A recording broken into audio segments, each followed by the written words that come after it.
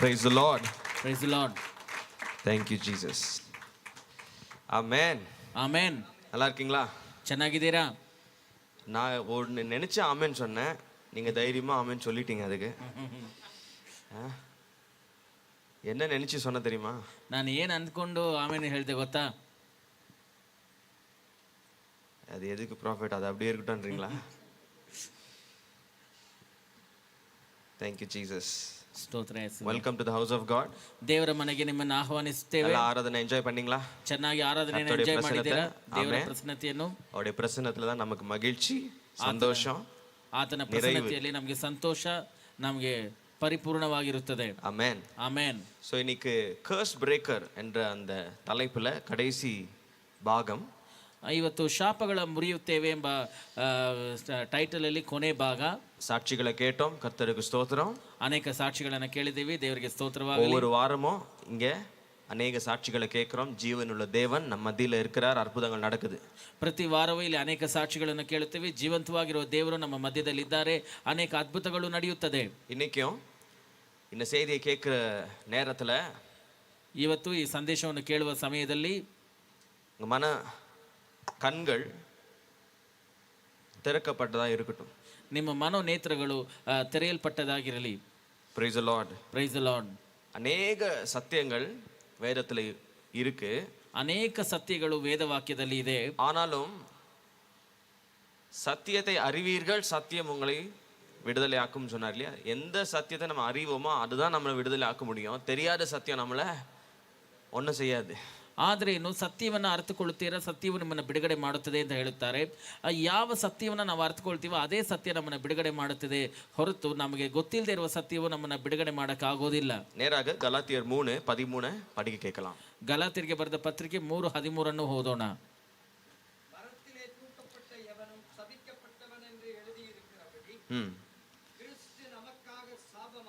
கிறிஸ்து நமக்காக சாபமாகி நியாய பிரமாணத்தின் சாபத்திற்கு நம்மை நீங்களாக்கி மீட்டு கொண்டார். ಧರ್ಮಶಾಸ್ತ್ರದ ಶಾಪಗಳಿಗೆ ನಮ್ಮನ್ನು ಬಿಡುಗಡೆ ಮಾಡಿದ್ದಾರೆ. தொடர்ந்து 14 படிங்க. ஆபிரகாமுக்கு உண்டான ஆசீர்வாதம் கிறிஸ்து இயேசுவினால் புறஜாதிகளுக்கு வரும்படியாகவும் ஆவியை குறித்து சொல்லப்பட்ட வாக்குத்தத்தத்தை நாம் விசுவாசத்தினாலே பெரும்படியாகவும் இப்படி ஆயிற்று. விசுவாசத்தினாலே ஆபிரகாமுடைய ஆசீர்வாதங்களை பெரும்படி. ஆமென்.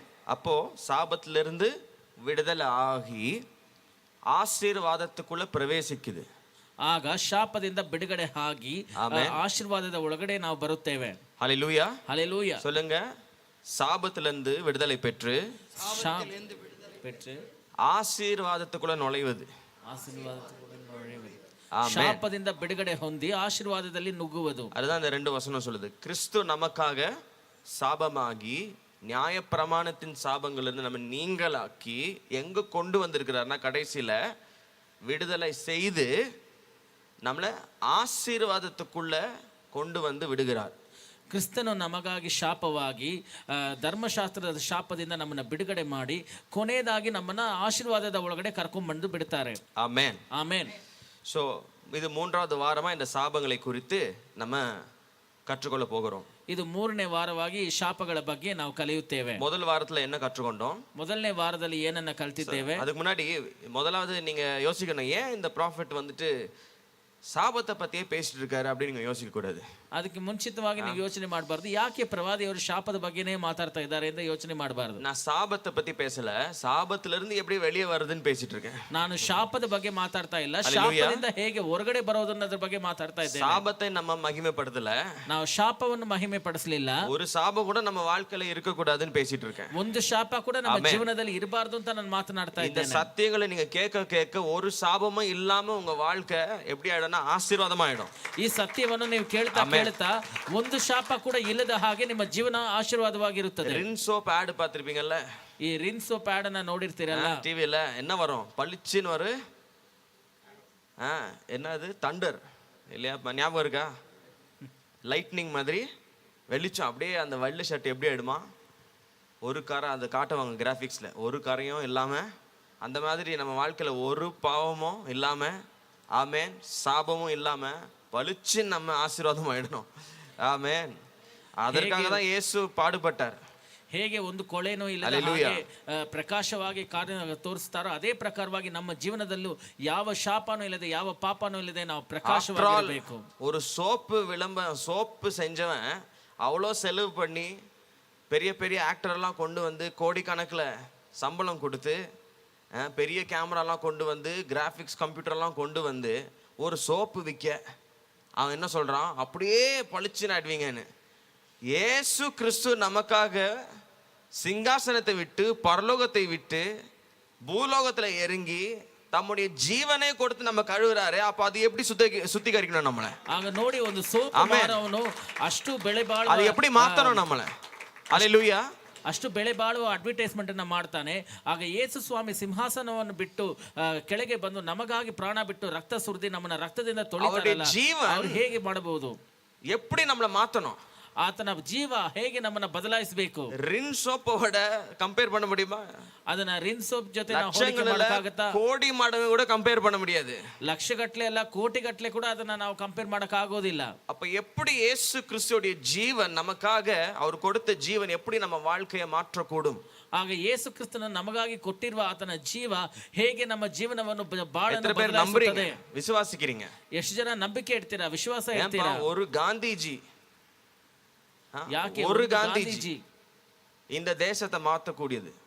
ಒಂದು ಗಾಂಧೀಜಿ ಈ ದೇಶವನ್ನು ಬದಲಾಯಿಸಿದ್ದಾರೆ. பாவமுள்ள மனிதன் தான், ಪಾಪ ಇರುವ ಮನುಷ್ಯನೇ. ஆமாவா இல்லையா? ಹೌದಾ ಇಲ್ವಾ? நம்ம தேசத்தின் தந்தை, ನಮ್ಮ ದೇಶದ ತಂದೆ. ஆனா அவர் பரிசுத்தவான் கிடையாது.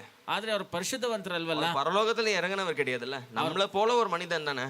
ಆತನು ಪರಲೋಕದಿಂದ ಬಂದವರಲ್ವಲ್ಲ, ನಮ್ಮ ತರ ಒಂದು கரை கொண்ட மனிதன் தானே.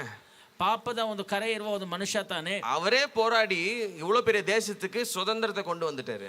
ಆತನೇ ಹೋರಾಡಿ ಇಷ್ಟು ದೊಡ್ಡ ದೇಶಕ್ಕೆ ಒಂದು ಸ್ವಾತಂತ್ರ್ಯವನ್ನು ತಂದಿದ್ದಾರೆ. ಯೇಸು வாழ்க்கையில எவ்வளவு பெரிய விடுதலை கொண்டு வரணும். ಆಗ ಯೇಸು ಸ್ವಾಮಿ ನಿಮ್ಮ ಬಾಳಲ್ಲಿ ಎಷ್ಟು ದೊಡ್ಡ ಒಂದು ಬಿಡುಗಡೆಯನ್ನು ತರಬೇಕು. எப்படி இன்னும் வியாதியில நீங்க சகிச்சிட்டு இருக்கீங்க? ಹೇಗೆ ನೀವು ಇನ್ನ ಕಾಯಿಲೆಯನ್ನು ಸಹಿಸಿಕೊಂಡಿದ್ದೀರಾ? தோல்வியில சகிச்சிட்டு இருக்கீங்க? ಹೇಗೆ ಸೋಲನ್ನ ನೀವು ಸಹಿಸಿಕೊಂಡಿದ್ದೀರಾ? தோல்விகள்ல எப்படி வாழ்ந்துட்டு இருக்கீங்க? ಹೇಗೆ ಸೋಲಲ್ಲಿ ನೀವು ಜೀವನ ಮಾಡ್ತಾ ಇದ್ದೀರಾ? அவர் ஜீவன் கொடுத்திருக்காங்க, பைசா கொடு 10 ரூபாய் கொடுக்கல அவரு. ಅವರು 10 ರೂಪಾಯಿ ಕೊಡ್ಲಿಲ್ಲ, ಜೀವ ಕೊಟ್ಟಿದ್ದಾರೆ. ஹalleluya. ஹalleluya. அவர் ஏதோ ಆಲೋಚನೆ கொடுக்கல, ಅವ್ರು ಏನೋ ಆಲೋಚನೆ ಕೊಡ್ಲಿಲ್ಲ, அவர் ஏதோ சும்மா ಅಡ್ವೈಸ್ பண்ணல, ಆತನೇನೋ ಸುಮ್ಮನೆ ಅಡ್ವೈಸ್ ಮಾಡ್ಲಿಲ್ಲ, ஏதோ ஐயோ பாவன் பேசல, ಅಯ್ಯೋ ಪಾಪ ಅಂತ ಮಾತಾಡ್ಲಿಲ್ಲ. தன்னுடைய சரீரத்தை கிழித்து ஜீவனை கொடுத்திருக்கிறார். ತನ್ನ ಶರೀರವನ್ನ ಹರಿದು ತನ್ನ ಜೀವವನ್ನ ಕೊಟ್ಟಿದ್ದಾರೆ. அது எவ்வளவு பெரிய காரியம் செய்யணும் நம்ம வாழ்க்கையில. ಅದು ಎಷ್ಟು ದೊಡ್ಡ ಕಾರ್ಯ ಮಾಡಬೇಕು ನಮ್ಮ ಜೀವನದಲ್ಲಿ. அதை பெற்றுக்கொள்வதும் நம்ம கையில தான் இருக்கு. ಆಗ ಅದನ್ನ ಪಡ್ಕೊಳ್ಳೋದು ನಮ್ಮ ಕೈಯಲ್ಲೇ ಇದೆ. ஹalleluya. ஹalleluya. அதற்காக தான் இயேசு என்ன சொன்னார்? ಅದಕ್ಕಾಗಿನೇ ಯೇಸು ಸ್ವಾಮಿ ಏನು ಹೇಳುತ್ತಾರೆ? உலகெங்கும் போய் இந்த சத்தியத்தை அறிவியுங்கள். ಲೋಕ ಹಿಡಿ ಹೋಗಿ ಸತ್ಯವನ್ನ ನೀವು ಹೇಳಿರಿ. ஏன் சத்தியத்தை அறிவிக்க சொன்னார் தெரியுமா? ಯಾಕೆ ಸತ್ಯವನ್ನ ಹೇಳೋದಕ್ಕೆ ಹೇಳಿದ್ರು ಗೊತ್ತಾ? ஒரு 4 பேரை கேளுங்க பக்கத்துல, என்னம்மா என்ன இது, எதுக்கு சத்தியத்தை, என்ன அப்படியே இருக்கீங்க? ಒಂದು 4 ಜನ ಕೇಳಿ கேளுங்க, ಕೇಳಿ கேளுப்பா, நீங்களாவது கேளுங்க. நீங்க பண்றது பார்த்தா அங்க பின்னாடி கத்துப்பாங்க. கேளு, பின்னாடி கேளுமா. எதுக்கு சத்தியத்தை அறிவிக்க சொன்னார் இயேசு? ಯಾಕೆ ಸತ್ಯವನ್ನ ಹೇಳಬೇಕು ಅಂತ ಹೇಳಿದ್ರು ಯೇಸು ಸ್ವಾಮಿ? பதில் என்ன தெரியுமா? ಉತ್ತರ ಏನು ಗೊತ್ತಾ? ஏன்னா நம்ம பொய்யில வாழ்ந்துட்டு இருக்கோம். ಯಾಕಂದ್ರೆ ನಾವು ಸುಳ್ಳಲ್ಲಿ ಜೀವನ ಮಾಡ್ತಾ ಇದ್ದೀವಿ. எத்தனை பேர் விளங்குது? ಎಷ್ಟು ಜನರಿಗೆ ಅರ್ಥ ಆಯ್ತು?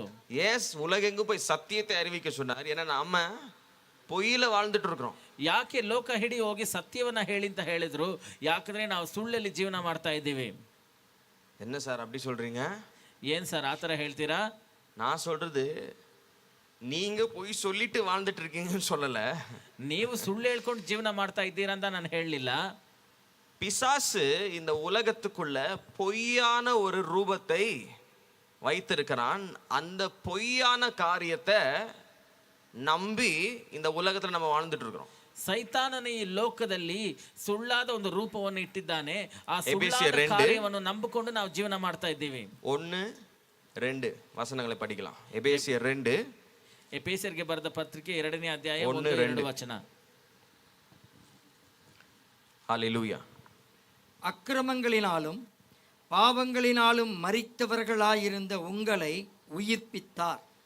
அவைகளில் நீங்கள் முற்காலத்திலே இவ்வுலக வழக்கத்திற்கேற்றபடியாகவும் அவைகளில் நீங்கள் முற்காலத்திலே இந்த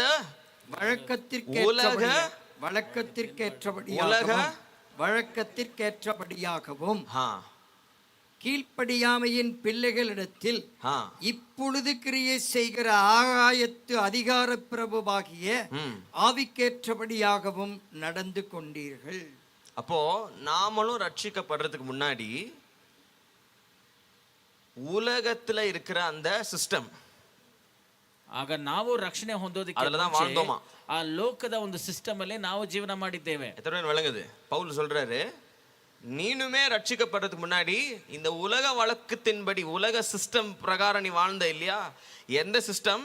இன்னைக்குமே அவ்விசுவாசத்தின் பிள்ளைகள், அதாவது இயேசுவை வேண்டாம், சுவிசேஷம் வேண்டாம் அப்படின்னு சொல்லிட்டு இருக்கிற பாவிகள் இடத்துல நடந்து கொண்டிருக்கிற இந்த உலக வழக்கத்தின்படி நாமளும் இருந்தோம் அப்படின்னு ವಚನ சொல்லுது. ನಾವು ರಕ್ಷಣೆ ಹೊಂದೋದಕ್ಕೆ ಮುಂಚಿತವಾಗಿ ಇವಾಗ ಲೋಕದಲ್ಲಿರುವ ಪಾಪಿಗಳ ಹಾಗೆ ಅದು என்ன ಸಿಸ್ಟಮ್ ಅನ್ನೋರ ಹಾಗೆ ನಾವು ನಡ್ಕೊಂಡಿದ್ದೀವಿ ಅಂತ ಹೇಳುತ್ತದೆ. அது யாருடைய சிஸ்டம்? படிங்க அந்த இடத்துல.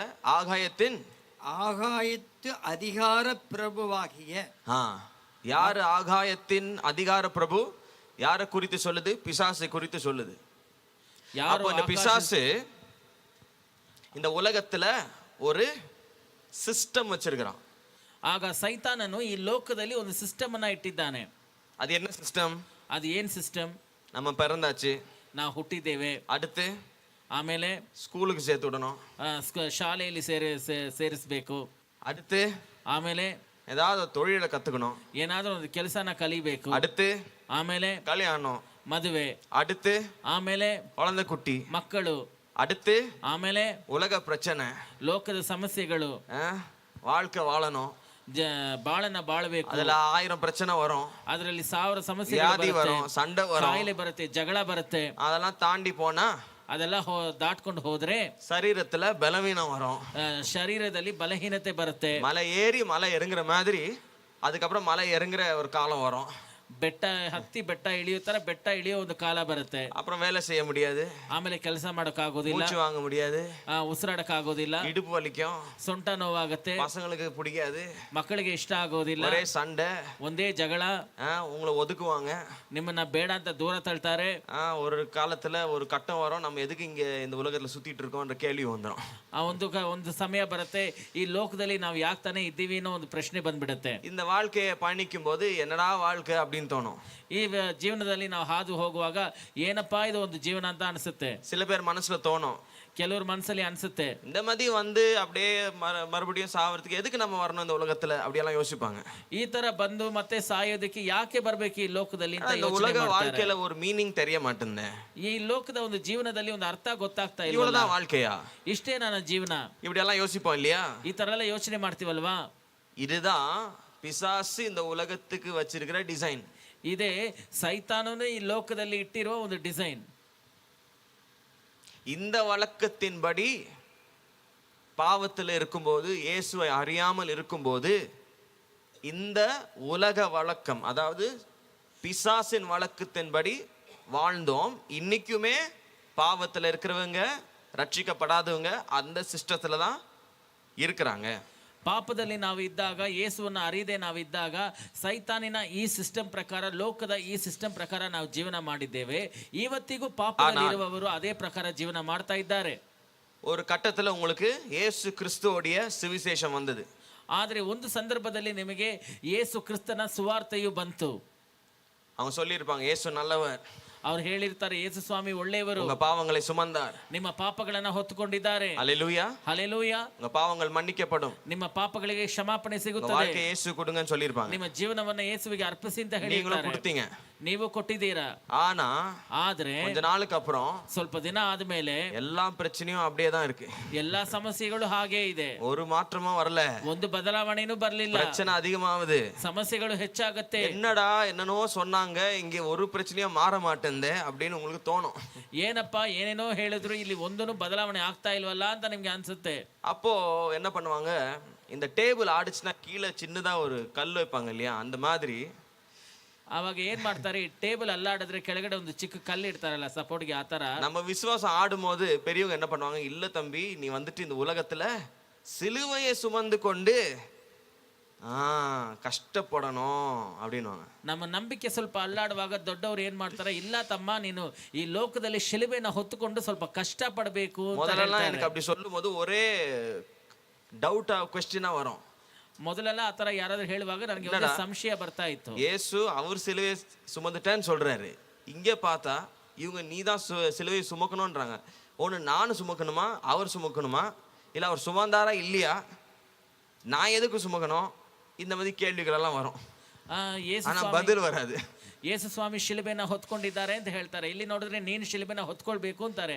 ಆಗ ಅವ್ರು ಹೊತ್ತಿದ್ದಾರೆ, ನಾನು ಹೊತ್ತಬೇಕನ್ನೋ ಪ್ರಶ್ನೆ ಬರ್ತಾ ಇತ್ತು, ಆದ್ರೆ ಉತ್ತರ ಸಿಗ್ತಾ ಇರ್ಲಿಲ್ಲ. சரி, இன்னைக்கு நான் அதிகமா தெளிவடைஞ்சிருக்கிறேன். ಆದ್ರೆ ಇವತ್ತು ನಾನು கர்த்தருடைய கிருபைனால ದೇವರ ಕೃಪೆಯಿಂದ ತುಂಬಾ ಕ್ಲಿಯರ್ ಆಗಿದ್ದೇನೆ. ஒரு காரியம் நிச்சயம், ಒಂದು ಕಾರ್ಯ ನಿಶ್ಚಯವಾಗಿದೆ, இயேசு கிறிஸ்துக்குள்ள வந்த பிறகு உங்களுக்கு வெற்றிகளே. ಯೇಸು ಕ್ರಿಸ್ತನ ಒಳಗೆ ಬಂದ ಮೇಲೆ Hallelujah. ನಿಮಗೆ ಜಯನೇ. இது தெரியாதவங்க தான் என்ன பண்ணுவாங்க, காரணம் சொல்லி காரணம் காட்டி இல்லை இதனால இல்லை அதனால இல்லை அப்படின்னு சொல்லிட்டு மழுப்புவாங்க. ಇದು ಗೊತ್ತಿಲ್ಲದೆ ಇರೋರೆ ಇದು ಅದು ಅಂತ ಹೇಳಿ ಬೇರೆ ಬೇರೆ ವಿಷಯಗಳನ್ನ ಹೇಳ್ತಾರೆ. அப்ப இயேசு கிறிஸ்து அவருக்குள்ள நம்ம வந்த பிறகு, தேவனுடைய ராஜ்யத்துக்குள்ள நம்ம பிரவேசித்த பிறகு, நம்ம வாழ்க்கை உலகத்துல இருக்கிறவங்களோட வாழ்க்கை ஒரே மாதிரி இருக்கக்கூடாது.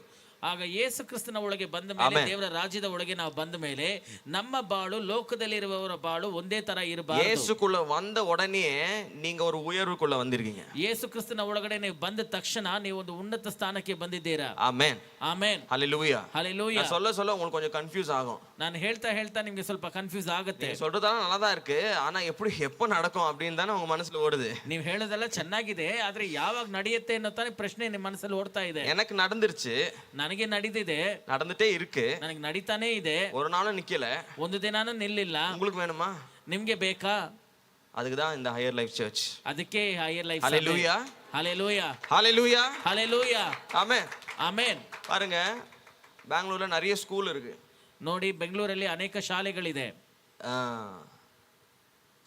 என்ன சொல்றாங்க, ஏதோ ஒன்று சொல்றாங்களே, கிட்ஸி, கரெக்டா? அப்புறம் யூரோ கிட்ஸ் இல்லையா, அதெல்லாம் இருக்கு. ஆனா நீங்க யூரோ கிட்ஸ்ல படிச்சுட்டு உடனே போயிட்டு நீங்க கூகுளில் வேலை வாங்கிக்க முடியாதுல்ல. ನೀವು ಯೂರೋ ಕಿಡ್ಸ್ ಅಲ್ಲಿ ಹೋಗ್ಬಿಟ್ಟು ತಕ್ಷಣ ಹೋಗಿ ಗೂಗಲ್ ಅಲ್ಲಿ ಕೆಲಸ ತಗೊಳಕ್ಕಾಗಲ್ಲ. சரி, ஓகே. நேஷனல் பப்ளிக் ஸ்கூல், நீங்க 4th ஸ்டாண்டர்ட் முடிச்சிருக்கீங்க. ಸರಿ, ನ್ಯಾಷನಲ್ ಪಬ್ಲಿಕ್ ಸ್ಕೂಲ್ ನೀವು 4ನೇ ತರಗತಿ ಓದಿದ್ದೀರಾ. அதுக்காக மைக்ரோசாஃப்ட்ல வேலை கொடுப்பாங்களா? ಅದಕ್ಕಾಗಿ ನಿಮಗೆ ಮೈಕ್ರೋಸಾಫ್ಟ್ ಅಲ್ಲಿ ಕೆಲಸ ಕೊಡ್ತಾರಾ? சரி, அட்லீஸ்ட் 10th ஸ்டாண்டர்ட் முடிக்கணும் இல்லையா? ಒಂದು 10ನೇ ತರಗತಿ ಆದ್ರೂ ಮುಗಿಸ್ಬೇಕಲ್ವಾ? 10th முடிச்சீங்கன்னா 10ನೇ ತರಗತಿ ಮುಗಿಸಿದ್ರೆ டெல்ல வேலை கொடுப்பாங்களா? ಡೆಲ್ಲಲ್ಲಿ ಕೆಲಸ ಕೊಡ್ತಾರಾ? இல்ல. ಇಲ್ಲ. இன்னும் படிக்கணும் இல்லையா? ಇನ್ನ ಹೆಚ್ಚಾಗಿ டிகிரியாவது முடிக்கணும் இல்லையா? ಡಿಗ್ರಿ ಆದ್ರೂ ಮುಗಿಸ್ಬೇಕಲ್ವಾ? அப்ப பாருங்க, ஒவ்வொரு கட்டத்துக்கு ஒவ்வொரு ஸ்கூல் இருக்கு. ನೋಡಿ, ಒಂದೊಂದು ಕಟ್ಟಕ್ಕೆ ಒಂದೊಂದು ಸ್ಕೂಲ್ ಇದೆ. அந்த மாதிரி ಆ ತರ ரட்சிக்கப்பட ರಕ್ಷಣೆ ಹೊಂದೋದಿಕ್ಕೆ 1000 ಸಭೆ இருக்கு. 1000 ಸಭೆ ಇದೆ நம்ம பெங்களூர் பட்டணத்திலே. ನಮ್ಮ ಬೆಂಗಳೂರು ಪಟ್ಟಣದಲ್ಲಿ. அங்க போய் நீங்க சுவிசேஷத்தை கேட்கலாம், ಅಲ್ಲಿ ಹೋಗಿ ನೀವು ಸುವಾರ್ತೆಯನ್ನ பாவ ಕೇಳಬಹುದು, மன்னிப்பு பெற்றுக்கொள்ளலாம், ಪಾಪದ ಕ್ಷಮಾಪಣೆಯನ್ನ இயேசு ಹೊಂದಿಕೊಳ್ಳಬಹುದು, கிறிஸ்துக்குள்ள வரலாம், ಯೇಸು ಕ್ರಿಸ್ತನ ಒಳಗಡೆ ಬರಬಹುದು, ரட்சிப்பு பெற்றுக்கொள்ளலாம். ರಕ್ಷಣೆಯನ್ನ ಹೊಂದಿಕೊಳ್ಳಬಹುದು. ஆனா உங்க வாழ்க்கையே மாறணும். ಆದ್ರೆ ನಿಮ್ಮ ಜೀವನನೇ ಬದಲಾವಣೆ ಆಗ್ಬೇಕು. அதுக்கு நீங்க ஹையர் லைஃப் தான் வரணும். ಅದಕ್ಕೆ ನೀವು ಹೈಯರ್ ಲೈಫ್ಗೆ ಬರಬೇಕು. ஹல்லேலூயா, ಹಲ್ಲೆಲೂಯಾ. ஏன் தெரியுமா?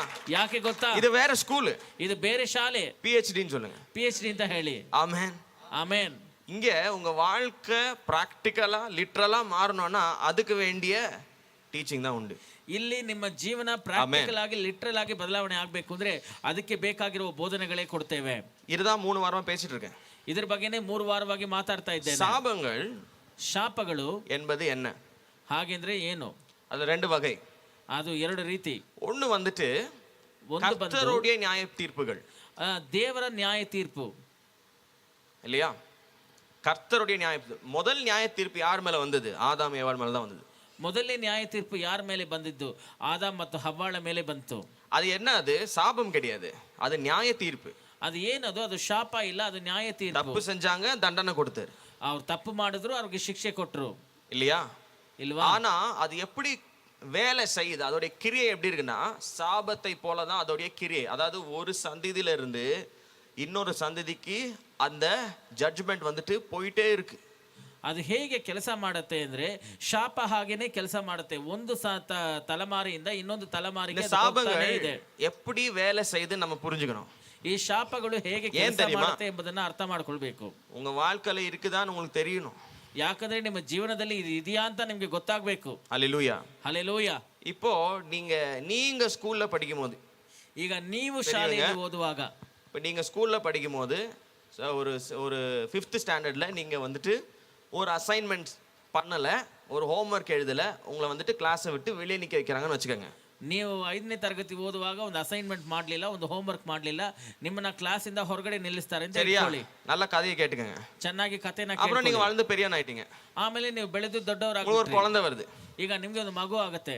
உங்க குழந்தை ஸ்கூலுக்கு போகும்போது, ನಿಮ್ಮ ಮಗುನು ಸ್ಕೂಲ್ಗೆ ಹೋದಾಗ கரெக்ட்டா 5th ஸ்டாண்டர்ட்ல வரும்போது ಸರಿಯಾಗಿ 5ನೇ ತರಗತಿಗೆ ಬರುವಾಗ காரணமே இல்லாம வெளியே நிக்க வைக்கிறாங்க. ಕಾರಣನೇ ಹೇಳದೆ ಹೊರಗಡೆ ನಿಲ್ಲಿಸ್ತಾರೆ. இப்படிதான் சாபம் வேலை செய்யும். ಹೀಗೇನೆ ಶಾಪ ಕೆಲಸ ಮಾಡುತ್ತೆ.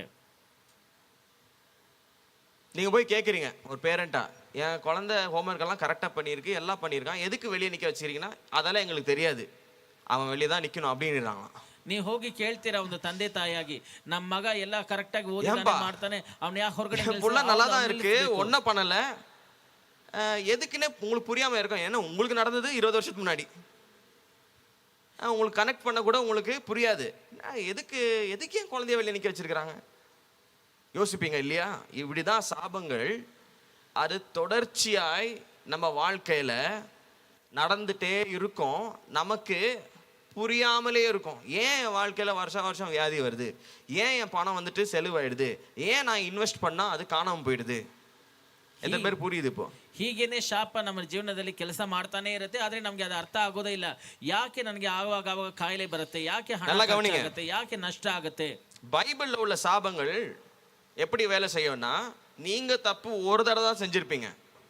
ಚೆನ್ನಾಗಿ ಗಮನಿಸಿ, ಬೈಬಲಲ್ಲಿರುವ ಶಾಪ ಹೇಗೆ ಕೆಲಸ ಮಾಡುತ್ತೆ ಅಂದ್ರೆ, ನೀವು ತಪ್ಪನ್ನ ಒಂದು ಸಾರಿನೇ ಮಾಡಿರ್ತೀರಾ, ஆனா அந்த தண்டனை கண்டினியூஸா வந்துட்டே இருக்கும். ಆದ್ರೆ ಆ ಶಿಕ್ಷೆ ಕಂಟಿನ್ಯೂಸ್ ಆಗಿ ಬರ್ತಾನೆ ಇರುತ್ತೆ.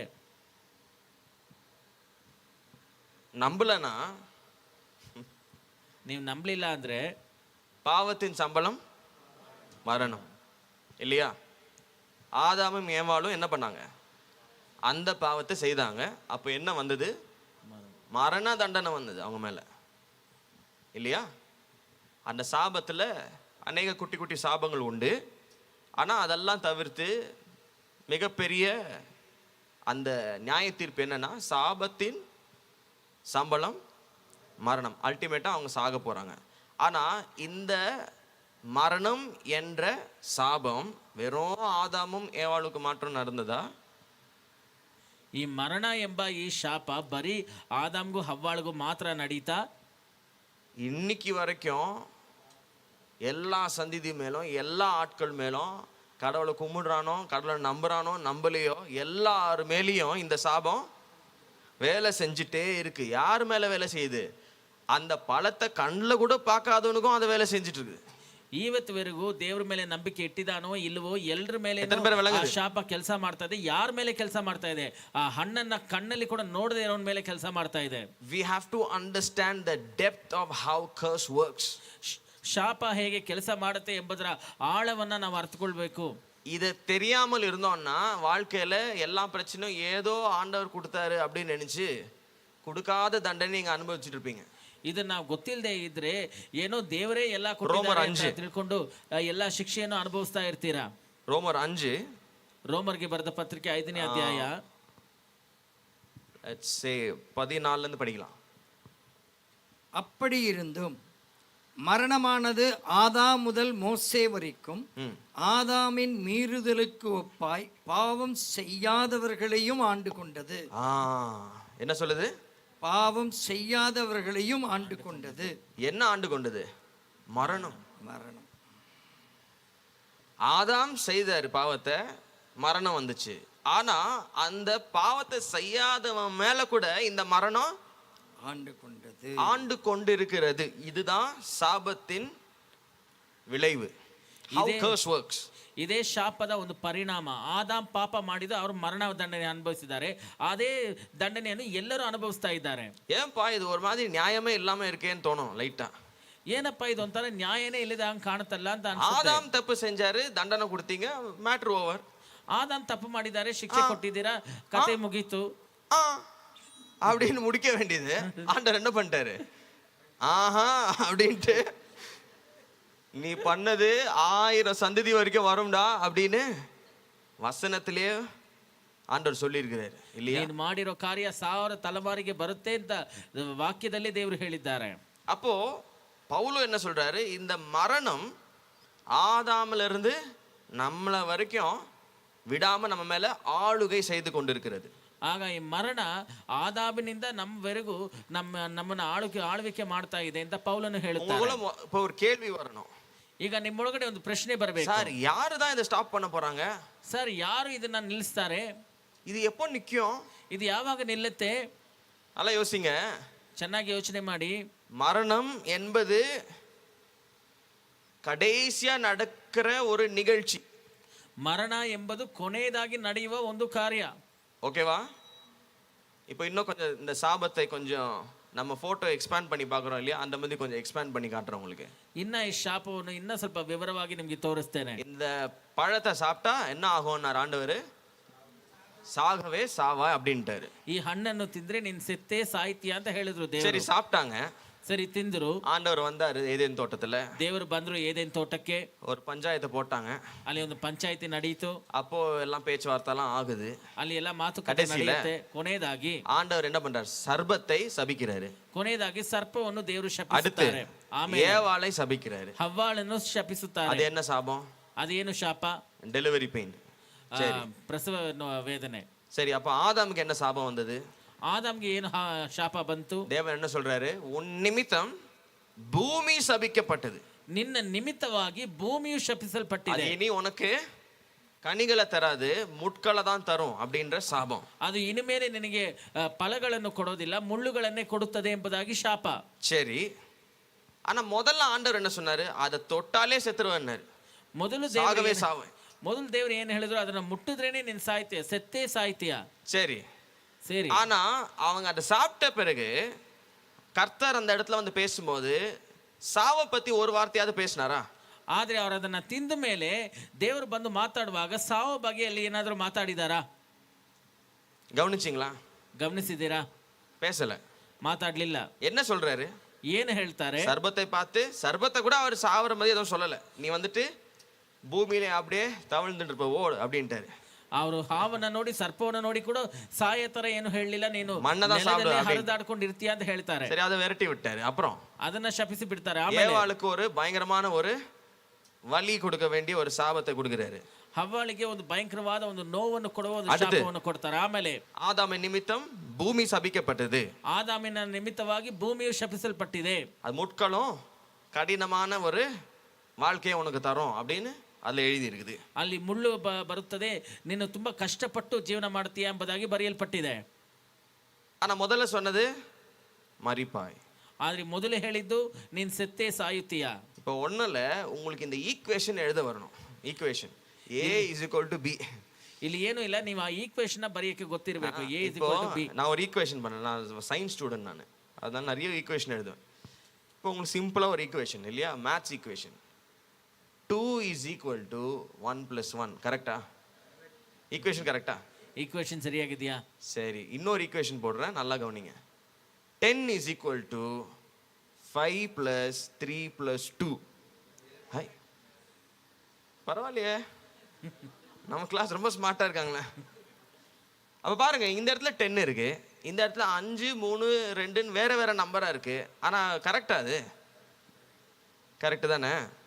அந்த மாதிரி இந்த இடத்துல மரிப்பாயின் எழுதி இருக்கு, ஆனா ஈக்குவல் டு தரித்திரம், முட்கள், வலி. ನೋಡಿ, ಈ ಜಾಗದಲ್ಲಿ ಸಾವು ಅಂತ ಬರೆಯಲ್ಪಟ್ಟಿದೆ, ಆದ್ರೆ ಅದಕ್ಕೆ ಸರಿಯಾಗಿ ಬಡತನ, ನೋವು, ಹಿಂಸೆ. ஈக்குவேஷன் விளங்கிடுச்சா? ஈக்குவேஷன் ಅರ್ಥ ಆಯ್ತಾ? அப்போ தரித்திரத்துல, கஷ்டத்துல, நஷ்டத்துல தவழ்ந்து தவழ்ந்து தவழ்ந்து தவழ்ந்து மரணம் என்ற கடைசி சாப்டருக்கு வந்து சாவு. ಆಗ ಬಡತನದಲ್ಲಿ, ಕಷ್ಟದಲ್ಲಿ, ವೇದನೆಯಲ್ಲಿ ಹೋಗಿ ಹೋಗಿ ಹೋಗಿ ಕೊನೆಯದಾಗಿ ಮರಣ ಎಂಬ ಅಧ್ಯಾಯ. நாம என்ன நினைச்சோம் தெரியுமா? பழத்தை சாப்பிட்டா ஆளே மயங்கி, ஹேய் தூக்குறியா தூக்கு ஓடு, எமர்ஜென்சிக்கு ஓடுன்னு நினைச்சா அங்க இல்லைங்க கேட்டுக்கிட்டே அவருக்கு போயிட்டாரு அப்படின்னு நம்ம அப்படி யோசிச்சோம். ನಾವು ಹೇಗೆ ಯೋಚನೆ ಮಾಡಿದ್ವಿ ಅಂದ್ರೆ ಹಣ್ಣು ನಾವು ತಿಂದ ಅಪ್ಡಿ- ತಕ್ಷಣ ಹಂಗೆ ಬಿದ್ದೋಗಿ ಅಯ್ಯೋ ಎತ್ತು ಹಾಸ್ಪಿಟಲ್ಗೆ ಹೋಗೋಣ ಎಮರ್ಜೆನ್ಸಿ அப்படியே ஆதாம் வந்துட்டு ஏவாளை தூக்கி, அம்மா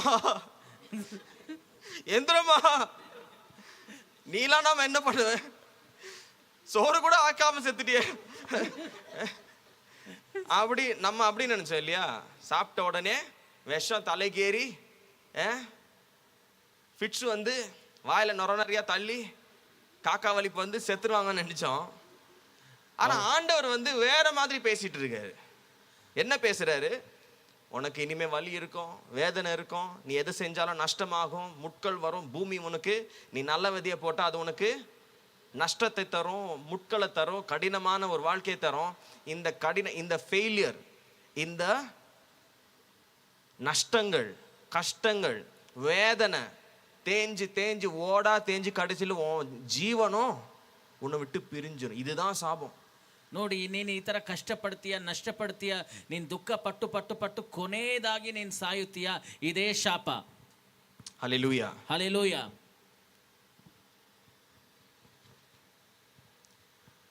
பவுல் சொல்றாரு, இந்த மரணம், ಪೌಲನು ಹೇಳುತ್ತಾರೆ ಈ ಮರಣ, பைபிள்ல மரணம்னு சொன்னா கீழே தலை சுத்தி விழுந்து சாவுறது கிடையாது. ಬೈಬಲಲ್ಲಿ ಮರಣ ಅಂತ ಹೇಳಿದ್ರೆ ಕೆಳಗೆ ಬಿದ್ದು ಸಾಯೋದಲ್ಲ. பைபிள்ல மரணம்னு சொன்னா அந்த சாபத்தின் வாழ்க்கை. ಬೈಬಲಲ್ಲಿ ಮರಣ ಅಂತ ಹೇಳಿದ್ರೆ ಆ ಶಾಪದ ಒಂದು ಜೀವನ. இப்போ உங்களுக்கு நல்லா புரியும். ஆமா, இதுக்கு தான் நம்ம லைஃப்ல இவ்வளவு கஷ்டம் இருக்கா?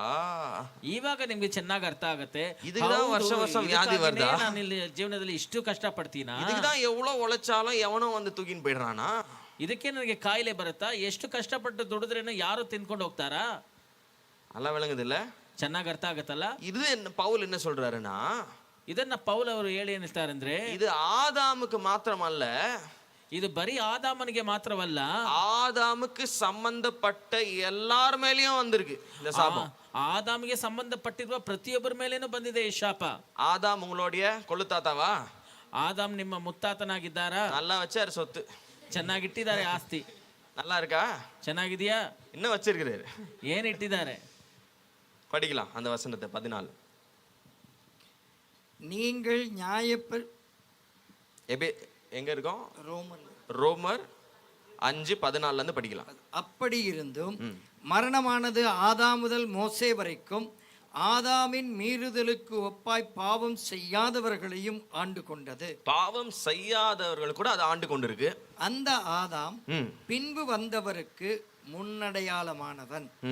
ஆனாலும் மீறுதலின் பலன் கிருபை வரத்தின் பலனுக்கு ஒப்பானதல்ல. எப்படியெனில் ஒருவனுடைய மீறுதலினாலே அநேகர் மரித்திருக்க. பாருங்க, ஒருவருடைய மீறுதல், ஒருத்தர் செஞ்ச பாவத்தினால அநேக பேர் நஷ்டத்துல இருக்கும். அந்த மாதிரி தேவனுடைய கிருபையும், தேவனுடைய கிருபை இயேசு கிறிஸ்து என்னும் ஒரே மனுஷனுடைய கிருபையினாலே வரும் ஈவும் அநேகர் மேல் அதிகமாய் பெருகி இருக்கு. ஹல்லேலூயா. இந்த வசனம் இப்படியெல்லாம் படிச்சா புரியாது. நம்ம என்ன பண்ணோம்? அதுக்கு ஹேர் ஸ்ட்ரைட்னர், இந்த நூடுல்ஸை மறுபடியும் என்ன பண்ணோம்? சிக்கலா இருக்கிற இந்த வசனத்தை ஹேர் ஸ்ட்ரைட்னரை வச்சு நூடுல்ஸ் மாதிரி இருக்கிற அந்த கர்லி ஹேரை ஸ்ட்ரைட் பண்ணாதான் புரியும். அதனால மோசேயும் இயேசுவையும் நம்ம கூப்பிடலாம். வாங்க வாங்க. இவர் வந்துட்டு பழைய ஆதாம், இவர் வந்துட்டு புதிய ஆதாம். ஒரு ஸ்டெப் மேலே நில்லுங்க தம்பி, நல்லா கவனிங்க. நீங்களும் ஒரு ஸ்டெப் மேலே நில்லுங்க, ஓகேவா? கேமரா சும்மா வைட் ஆங்கிள் வச்சு எடுங்க. இவர் முதல் ஆதாம்னு வச்சுக்கலாம். ಇವರು ಮೊದಲನೇ ಆದಾಮ್ ಅಂತ ಇಟ್ಕೊಳ್ಳೋಣ. இந்த முதல் ஆதாம் செய்த ஒரு பாவத்தினால அந்த மரணம் எல்லார் மேலேயும் வந்துருச்சு. ಈ ಆದಾಮ್ ಮಾಡಿರುವ ಒಂದು ಪಾಪದಿಂದ ಆ ಮರಣ ಎಲ್ಲರ ಮೇಲೇನೂ ಬಂದಿದೆ. பவுல் என்ன சொல்றாருன்னா, ಪೌಲನು ಏನು ಹೇಳ್ತಾರೆ ಅಂದ್ರೆ, இந்த ஆதாம் தான் தப்பு செய்தாரு, ಈ ಆದಾಮನೇ ತಪ್ಪು ಮಾಡಿದ್ದಾರೆ. அந்த தப்ப செய்யாத இந்த மனிதன் மேலேயும் மரணம் வந்துருச்சு. ಆ ತಪ್ಪನ್ನು ಮಾಡದೇ ಇರುವ ಈ ಮನುಷ್ಯನ ಮೇಲೇನೂ ಮರಣ ಬಂದಿದೆ. இதுதான் இந்த இடத்துல இருக்கிற ஆவிக்குரிய சட்டம். ಇದೇ ಈ ಸ್ಥಳದಲ್ಲಿ Spiritual law. ಆತ್ಮಿಕ ಕಾನೂನು. என்ன அது ஸ்பிரிச்சுவல் லா? ಏನಾದ ಆತ್ಮಿಕ ಕಾನೂನು? curses are generational. ಶಾಪಗಳು ಪರಂಪರೆಯಾಗಿ ಬರುತ್ತದೆ. இப்போ என் சுபாவம் எப்படி என் குழந்தைக்குள்ள ஜீன்ல வருமோ, ஸ்பிரிச்சுவல் லைஃப்ல நம்ம ஆசீர்வாதங்களும் சரி சாபங்களும் சரி இட் இஸ் ஜெனரேஷனல். அது ரத்தத்தின் வழியா அடுத்த ஜெனரேஷனுக்கு இன்ஹெரிட்டன்ஸா சொத்தா போயிடும். ಹೇಗೆ ನನ್ನ ಸ್ವಭಾವ ನನ್ನ ಮಗು ಒಳಗಡೆ ಬರುತ್ತದೋ ಅದೇ ಪ್ರಕಾರವಾಗಿ ಶಾಪನೋ ಆಶೀರ್ವಾದವೋ ಜೀವನದಲ್ಲಿ ಅದು ಪರಂಪರೆಯಾಗಿ ಬರುತ್ತದೆ. இந்த பாவமே செய்யாதவர்களும் மரணத்தை சொத்தா எடுத்து அனுபவிச்சுட்டு இருக்கிறோம். ಅದರಿಂದಾನೇ ಈ ಪಾಪನೇ ಮಾಡದೇ ಇರೋರು ಕೂಡ ಮರಣವನ್ನು ಒಂದು ಆಸ್ತಿಯಾಗಿ ತಗೊಂಡು ಅನುಭವಿಸ್ತಾ ಇದ್ದೇವೆ. ஆனா பவுல் என்ன ஒரு பாயிண்ட் இந்த இடத்துல அடிக்கிறாருன்னா, ಆದ್ರೆ ಪೌಲನು ಏನು ಈ ಸ್ಥಳದಲ್ಲಿ ಹೇಳ್ತಾರೆ ಅಂದ್ರೆ, அப்பா உன் மேல மரணம் வேலை செய்தா அப்படின்னு கேக்குறாரு. ಏನಪ್ಪಾ ನಿನ್ ಮೇಲೆ ಮರಣವು ಕೆಲಸ ಮಾಡ್ತಾ ಇದೆಯಾ? ಹೌದು ಹೌದು. அப்ப கேக்குறாரு, நீ அந்த பழத்தை சாப்பிட்டியான்னு கேக்குறாரு. ನೀನ್ ಆ ಹಣ್ಣನ್ನ ತಿಂದಿದ್ಯಾ ಅಂತ ಕೇಳ್ತಾರೆ. இல்லங்க, ಇಲ್ಲ ರೀ, யாரோ ஒரு ஆள் தின்னானா அதுக்கு நாங்களும் சாவறோம். ಯಾರೋ ಒಬ್ಬರು ತಿಂದ್ರಂತೆ ಅದಕ್ಕೂ ನಾವು ಸಾಯ್ತಾ ಇದ್ದೀವಿ. சரி அப்படியே வச்சுக்க அப்படின்றாரு. ಸರಿ ಅದನ್ನ ಹಾಗೆ ಇಟ್ಕೋ. ஒரு ஆள் செஞ்ச தப்புனால பல பேர் மேல மரணம் வேலை செய்யுது. ಒಂದು ಮನುಷ್ಯನು ಮಾಡಿದ ತಪ್ಪಿನಿಂದ ಎಲ್ಲರ ಮೇಲೇನು ಮರಣ ಕೆಲಸ ಮಾಡುತ್ತಾ ಇದೆ. அப்போ அந்த ஆதாமை போல அவனை விட இன்னொரு நல்ல ஆள் வந்து, ಆಗ ಆ ಆದಾಮ ಹಾಗೆ ಅವನಿಗಿಂತ ಹೆಚ್ಚಾಗಿ ಇನ್ನೂ ಒಂದು ಒಳ್ಳೆ ವ್ಯಕ್ತಿ ಬಂದು, ஒரு ஆள் செய்த தப்பு மரணம் எல்லார் மேலயும் வந்துச்சு, ஒரு ஆள் செய்யற நல்லது அந்த ஜீவன் எல்லார் மேலயும் வரலாம் இல்லையா? ಒಂದು ಮನುಷ್ಯ ಮಾಡಿದ ತಪ್ಪು ಎಲ್ಲರ ಮೇಲೂ ಮರಣ ಬಂತು, ಒಂದು ಮನುಷ್ಯನು ಮಾಡಿದ ಒಳ್ಳೆಯದು ಅದು ಎಲ್ಲರ ಮೇಲೆಯೂ ಜೀವವನ್ನು ತರುತ್ತದಲ್ವಾ? ஆமென் சொல்லுங்க. ಆಮೇನ್ ಅಂತ ಹೇಳಿ. அப்போ அந்த ஆதாமை பார்க்கிலும் சிரேஷ்டமானவர் வந்து ஒரு நல்ல காரியத்தை செய்து அவருடைய ஜீவன் எல்லார் மேலயும் வந்துச்சுன்னா, ಆಗ ಆ ಆದಾಮನಿಗಿಂತ ಹೆಚ್ಚಾದ ಒಂದು ಶ್ರೇಷ್ಠವಾದ ವ್ಯಕ್ತಿ ಬಂದು ಒಂದು ಒಳ್ಳೆ ಕಾರ್ಯವನ್ನು ಮಾಡಿ ಆತನ ಜೀವ ಎಲ್ಲರ ಮೇಲೇನು ಬಂದ್ರೆ, இதுதான் கிருபை, ಇದೇ ಕೃಪೆ. ஹல்லேலூயா ಹಲ್ಲೆಲೂಯಾ. ஆதாம் ஒருத்தர் பாவம் செய்ததுனால மரணம் எல்லார் மேலயும் வந்திருக்கு. ಆದಾಮ್ ಒಬ್ಬರು ಪಾಪ ಮಾಡಿದ್ರಿಂದ மறுபடியும் ಮರಣ ಎಲ್ಲರ ಮೇಲೇನು ಬಂದಿದೆ. நான் மரணம்னு சொல்லும்போது கடைசியா பெட்ல அப்படின்னு சாவும் அது இல்லை. இந்த சாபத்தின் வாழ்க்கையை வாழ்ந்து கடைசியில சாவரம் பாருங்க, அதான் அந்த டோட்டல் மரணம். ನಾನು ಮರಣ ಅಂತ ಹೇಳುವಾಗ ನಾವು ಬೆಡ್ಡಲ್ಲಿ ಹಾಸಿಗೆಯಲ್ಲಿ ಸಾಯೋದಲ್ಲ, ಈ ಶಾಪದ ಜೀವನ ಜೀವಿಸಿ ನಾವು ಸಾಯ್ತೀವಲ್ಲ ಅದೇ ಮರಣ. ஆனா கிறிஸ்து இந்த இரண்டாம் ஆதாமா வருகிறாராம். ಆದ್ರೆ ಕ್ರಿಸ್ತನು ஹல்லேலூயா ಈ ಎರಡನೇ ಆದಾಮನಾಗಿ ಬರ್ತಾರೆ. ஏன் தெரியுமா இரண்டாம் ஆதாமன் பைபிள் சொல்லுது இயேசுவை? ಯಾಕೆ ಗೊತ್ತಾ? ಯೇಸು ಸ್ವಾಮಿಯನ್ನ ಎರಡನೇ ಆದಾಮ್ ಎಂಬುದಾಗಿ ವೇದವಾಕ್ಯವು ಕರೆಯುತ್ತದೆ. முதல் ஆதாம் செய்ததை ரிவர்ஸ் பண்ணாதான் இவர் வந்திருக்கிறாரு. ಮೊದಲನೇ ಆದಾಮ್ ಮಾಡಿರೋ ತಪ್ಪನ್ನ ಸರಿಪಡಿಸೋದಕ್ಕೆ ಇವರು ಬಂದಿದ್ದಾರೆ. அதனால அவருக்கு ஒரு நிக் நேம் பைபிள்ல, என்னது? இரண்டாவது ஆதாம்.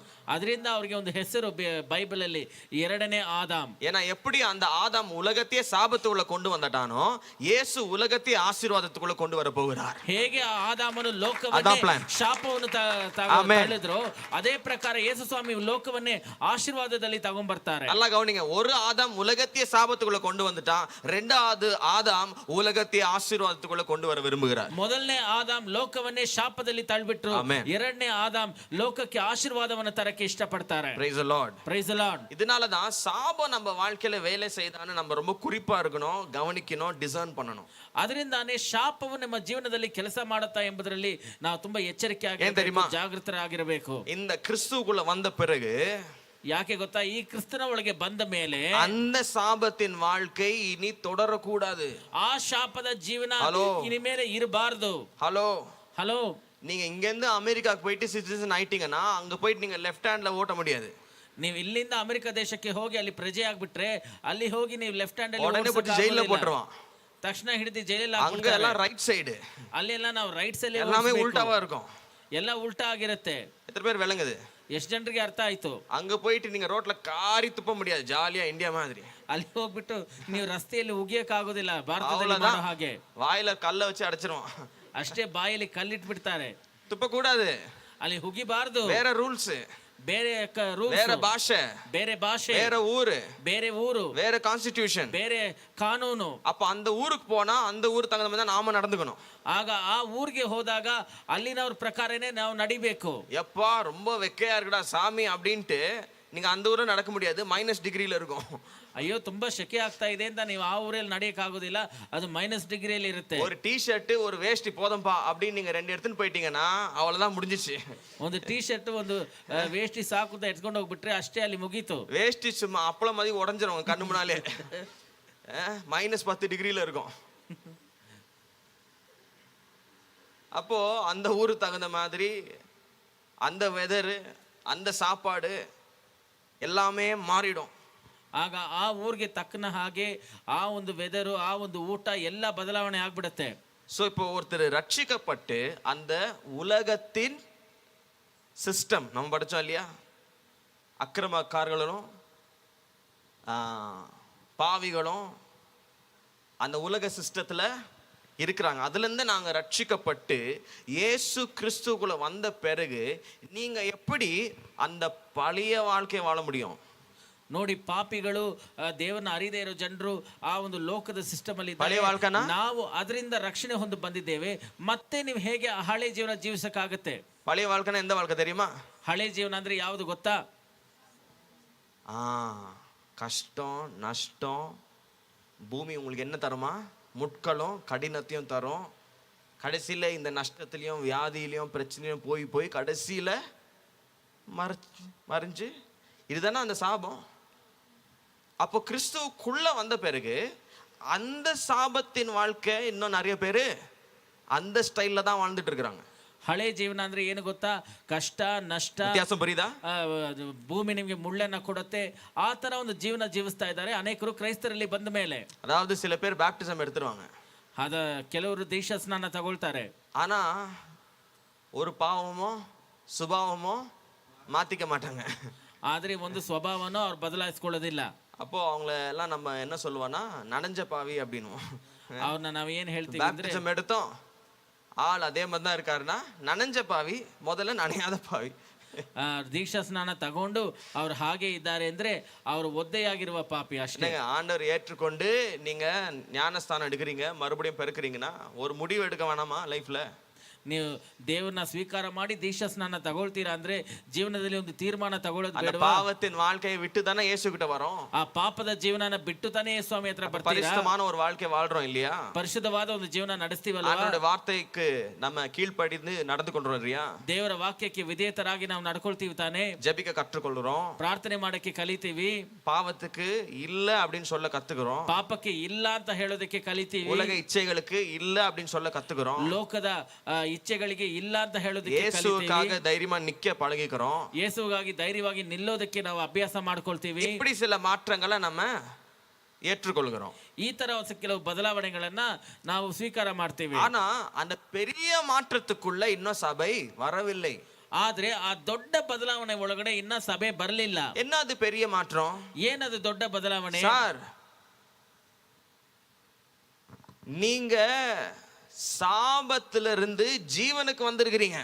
ಸರ್, ನೀವು ಶಾಪದಿಂದ ಜೀವಕ್ಕೆ ಬಂದಿದ್ದೀರಾ. ஹல்லேலூயா, ಹಲ್ಲೆಲೂಯಾ. ஆதாம் கொண்டு வந்த சாபத்தின் உலகத்திலிருந்து பிரிக்கப்பட்டு இயேசு கிறிஸ்துடைய ராஜ்யத்துக்குள்ள வந்திருக்கிறீங்க. ಆದಾಮ್ ತಗೊಂಡ್ ಬಂದಿರುವ ಶಾಪದ ಲೋಕದಿಂದ ಬಿಡುಗಡೆ ಹೊಂದಿ ಯೇಸು ಕ್ರಿಸ್ತನ ರಾಜ್ಯದ ಒಳಗಡೆ ಬಂದಿದ್ದೀರಾ.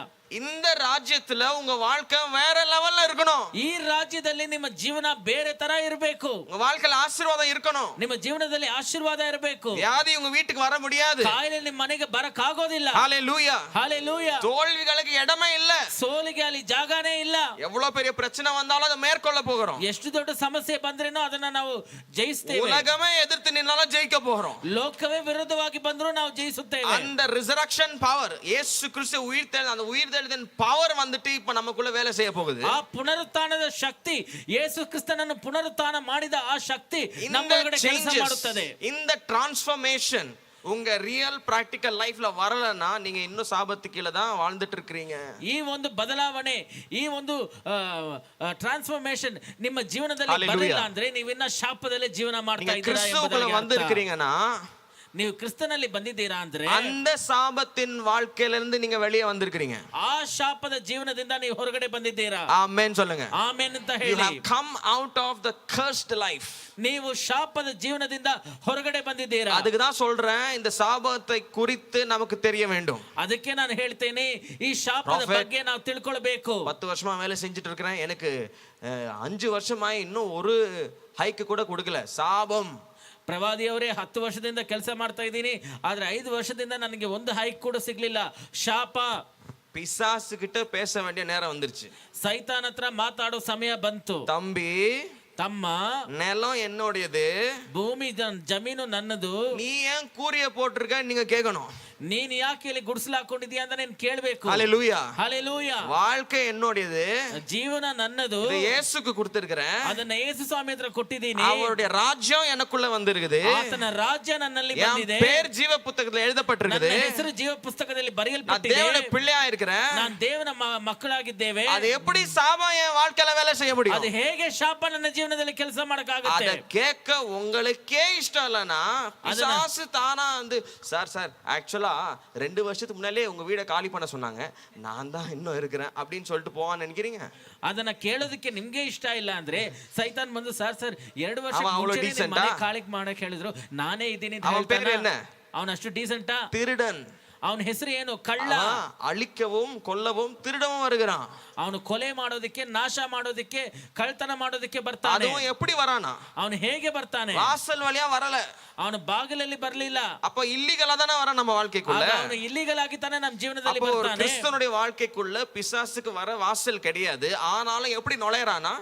பின்னாடியில இருந்து நுழையறான், ஜன்னல் வழியா நுழையறான். ಆಗ ಒಂದು ಕ್ರೈಸ್ತರ ಜೀವನದಲ್ಲಿ ಸೈತಾನ್ ಬರೋದಕ್ಕೆ ಅಲ್ಲಿ ಬಾಗಿಲು ಇಲ್ಲ, ಆದ್ರೆ ಅವನು ಹೇಗೆ ಬರ್ತಾನೆ? ಹಿಂದ್ಗಡೆಯಿಂದ ಅಡ್ಡ ದಾರಿಯಲ್ಲಿ ಬರ್ತಾನೆ. ஹalleluya. ಹಲ್ಲೆಲೂಯಾ. நல்லா கவனிங்க. ಚೆನ್ನಾಗಿ ಗಮನಿಸಿ. முதல் ஆதாம், இரண்டாவது ஆதாம். ಮೊದಲನೇ ಆದಾಮನು, ಎರಡನೇ ಆದಾಮನು. சில பேர் ரெண்டாவது ஆதாம்கிட்ட வந்துட்டீங்க, இயேசு கிட்ட வந்துட்டீங்க. ಕೆಲವರು ಎರಡನೇ ಆದಾಮ ಹತ್ರ ಬಂದಿದ್ದೀರಾ, ಯೇಸು ಸ್ವಾಮಿ ಹತ್ರ ಬಂದಿದ್ದೀರಾ. ஆனா இன்னும் முதல் ஆதாமோடைய வாழ்க்கை தான் வாழ்ந்துட்டு இருக்கீங்க. ಆದ್ರೆ ಇನ್ನು ಮೊದಲನೇ ಆದಾಮಿನ ಜೀವನನೇ ಜೀವಿಸ್ತಾ ಇದ್ದೀರಾ. இதுக்கு பேர் என்ன தெரியுமா? ಇದಕ್ಕೆ ಹೆಸರು ಏನು ಗೊತ್ತಾ? இதுக்கு பேர் ரிலீஜியஸ் கன்வர்ஷன்.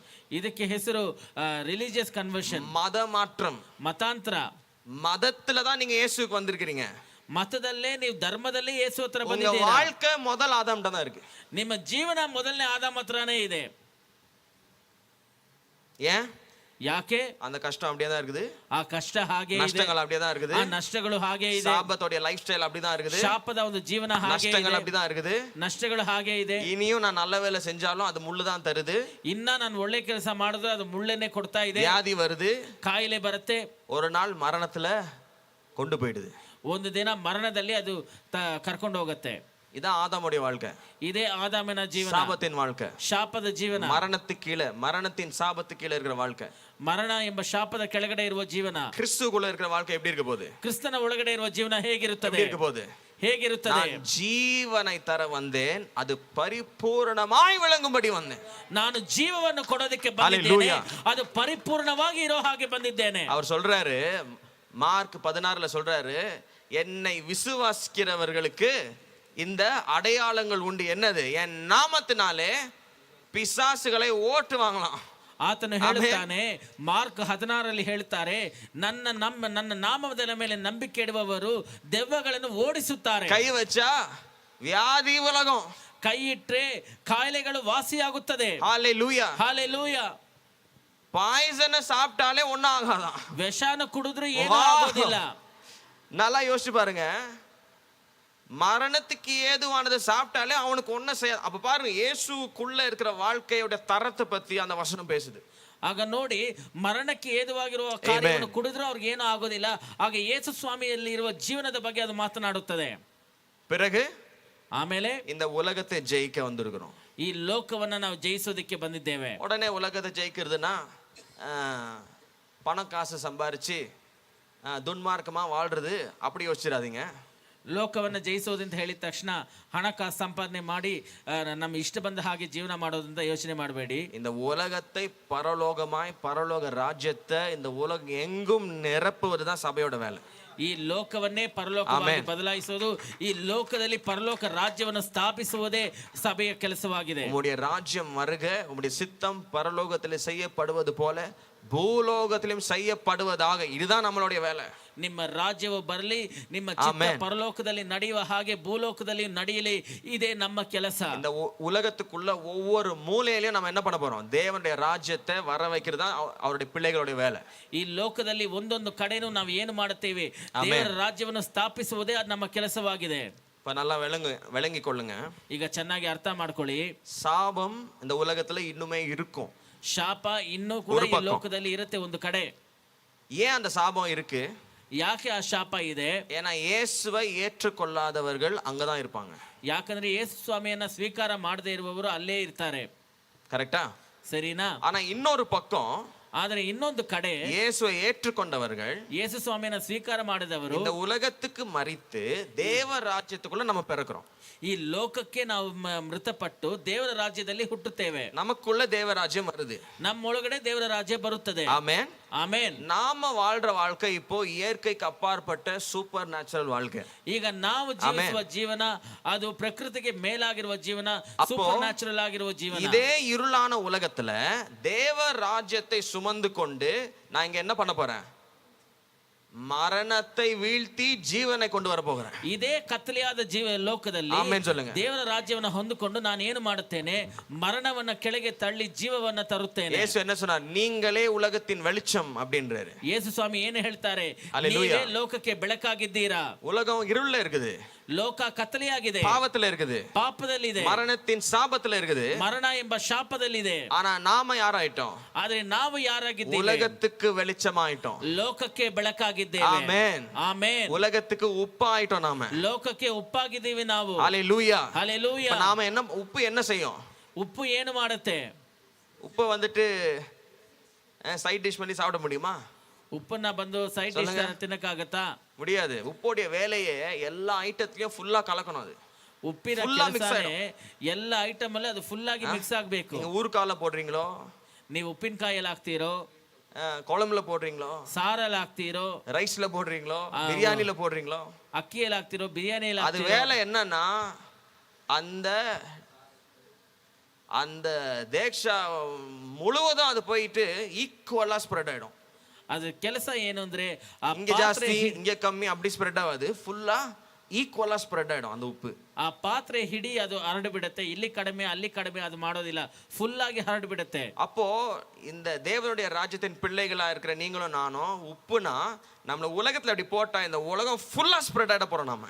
ಆಗ ದೇವರ ಮಕ್ಕಳಾಗಿರುವ ನೀವು ನಾವು ஒரு பாத்திரம் மாதிரி ನಮ್ಮನ್ನ ಈ ಲೋಕದಲ್ಲಿ ಹಿಂಗ ಹಾಕಿದ್ರೆ ನಾವು ಇಡೀ ಲೋಕನೇ ಹಾಗೆ ಹರಡು ಬಿಡ್ತೀವಿ. இந்த உலகம் ஃபுல்லா ஸ்ப்ரெட் ஆகி ஜீவனை கொடுக்க போறோம் எல்லாத்துக்கும். ಈ ಲೋಕ ಹಿಡಿ ನಾವು ಹರಡಿ ಎಲ್ಲರಿಗೂ ಜೀವವನ್ನು ಕೊಡ್ತೇವೆ. எப்படி அந்த உப்பு ஒவ்வொரு கோதுமை மணியும் ஒவ்வொரு அரிசிக்குள்ளவும் சுவையை கொண்டு வருதோ, அப்படி நம்ம மரித்து போன ஒவ்வொரு ஆத்துமாக்கும் ஒவ்வொரு தேசத்துக்குள்ளும் நம்ம என்ன பண்ண போறோம்?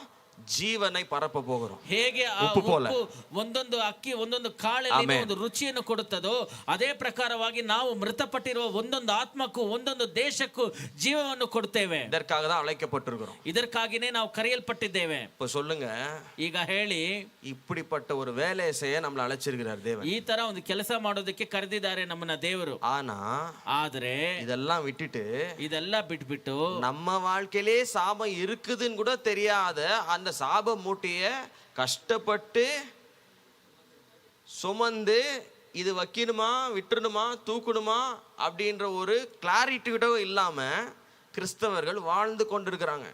ನಮ್ಮ ಜೀವನದಲ್ಲೇ ಶಾಪ ಇದೆ ಎಂಬುದನ್ನು ಕೂಡ ತಿಳ್ಕೊಳ್ಳದೆ ಆ ಶಾಪ ಮೂಟೆನ ಹೊತ್ಕೊಂಡು ಅದನ್ನ ಕೆಳಗಿಡಬೇಕಾ ಹೊತ್ಕೊಂಡಿರ್ಬೇಕಾ ಅಂತ ಗೊತ್ತಿಲ್ಲದೆ ಕ್ರೈಸ್ತರು ಜೀವನ ಮಾಡ್ತಾ ಇದ್ದಾರೆ. இன்னைக்கு உங்களுக்கு நான் தெளிவா சொல்றேன். ಇವತ್ತು ನಾನು ನಿಮಗೆ ಸ್ಪಷ್ಟವಾಗಿ ಹೇಳ್ತೇನೆ, சாபத்தின் மூட்டையை நீங்க சுமக்க தேவை இல்லை. ಶಾಪ ಎಂಬ ಮೂಟೆಯನ್ನು ನೀವು ಹೊತ್ಕೊಳ್ಬೇಕಾಗಿರೋ ಅವಶ್ಯಕತೆ ಇಲ್ಲ. ஹல்லேலூயா. ஹல்லேலூயா. உன் சிலுவையை தூக்கிட்டு நீ என்ன என் பின்னாடி வான்னு இயேசு சொன்னது சாபங்களை அல்ல. ನಿನ್ನ ಶಿಲುಬೆಯನ್ನ ಹೊತ್ಕೊಂಡು ನನ್ನ ಹಿಂದ್ಗಡೆ ಬಾ ಅಂತ ಯೇಸುಸ್ವಾಮಿ ಹೇಳಿದ್ದು ಶಾಪಗಳನ್ನ ಅಲ್ಲ, ಕಾಯಿಲೆಗಳನ್ನಲ್ಲ, தோல்விகளை அல்ல, ಸೋಲನ್ನ ಅಲ್ಲ, பிரச்சனைகளை அல்ல, ಸಮಸ್ಯೆಗಳನ್ನಲ್ಲ. இயேசுக்காக நீ நிக்கும் போது நமக்கு வர உபத்திரவம் இருக்கு பாத்தியா, அதுதான் சிலுவை. ಯೇಸುಗಾಗಿ ನಾವು ನಿಲ್ಲುವಾಗ ನಮಗೆ ಬರುವ ಕಷ್ಟಗಳು ಉಪದ್ರವಗಳು ಇದೆಯಲ್ಲ, ಅದೇ ಶಿಲುಬೆ. ஹல்லேலூயா. ಹಲ್ಲೆಲೂಯಾ. நீங்க ஆண்டவருக்காக நிற்கும் போது சொல்லிட்டாங்களா நீ வீட்டை விட்டு வெளியே போடா அப்படின்னாங்களா, அந்த சிலுவையை தூக்குங்க. ನೀವು ದೇವರಿಗಾಗಿ ನಿಲ್ಲುವಾಗ ಹೇಳ್ಬಿಟ್ರ, ಮನೆ ಬಿಟ್ಟು ಹೊರಗಡೆ ಹೋಗು ಅಂತ ಹೇಳ್ಬಿಟ್ರ, நீங்க ஆண்டவருக்காக ಹಚ್ಕೊಳ್ಳಿ. வாழும்போது உங்க ஃப்ரெண்ட்ஸ் எல்லாம் விட்டு போயிட்டாங்களா, சரிப்பா தேங்க்ஸ் பரவாயில்ல. ನೀವು ದೇವರಿಗಾಗಿ ಬಾಳುವಾಗ ನಿಮ್ಮ ಸ್ನೇಹಿತರೆಲ್ಲ ನಮ್ಮನ್ನ ಬಿಟ್ಬಿಟ್ಟು ಹೋದ್ರ ಪರವಾಗಿಲ್ಲಪ್ಪ, ಥ್ಯಾಂಕ್ಸ್. பாபி முன்னாடி வாங்க குடுகுடுன்னு. அங்க பாருங்க, மஞ்சு பாபி அவங்க ನೋಡಿ ಮಂಜು ಬಾಬಿ ಅವರು சென்னை ஊரு சேர்ந்தவங்க. ಚೆನ್ನೈಗೆ ಸೇರಿದವರು.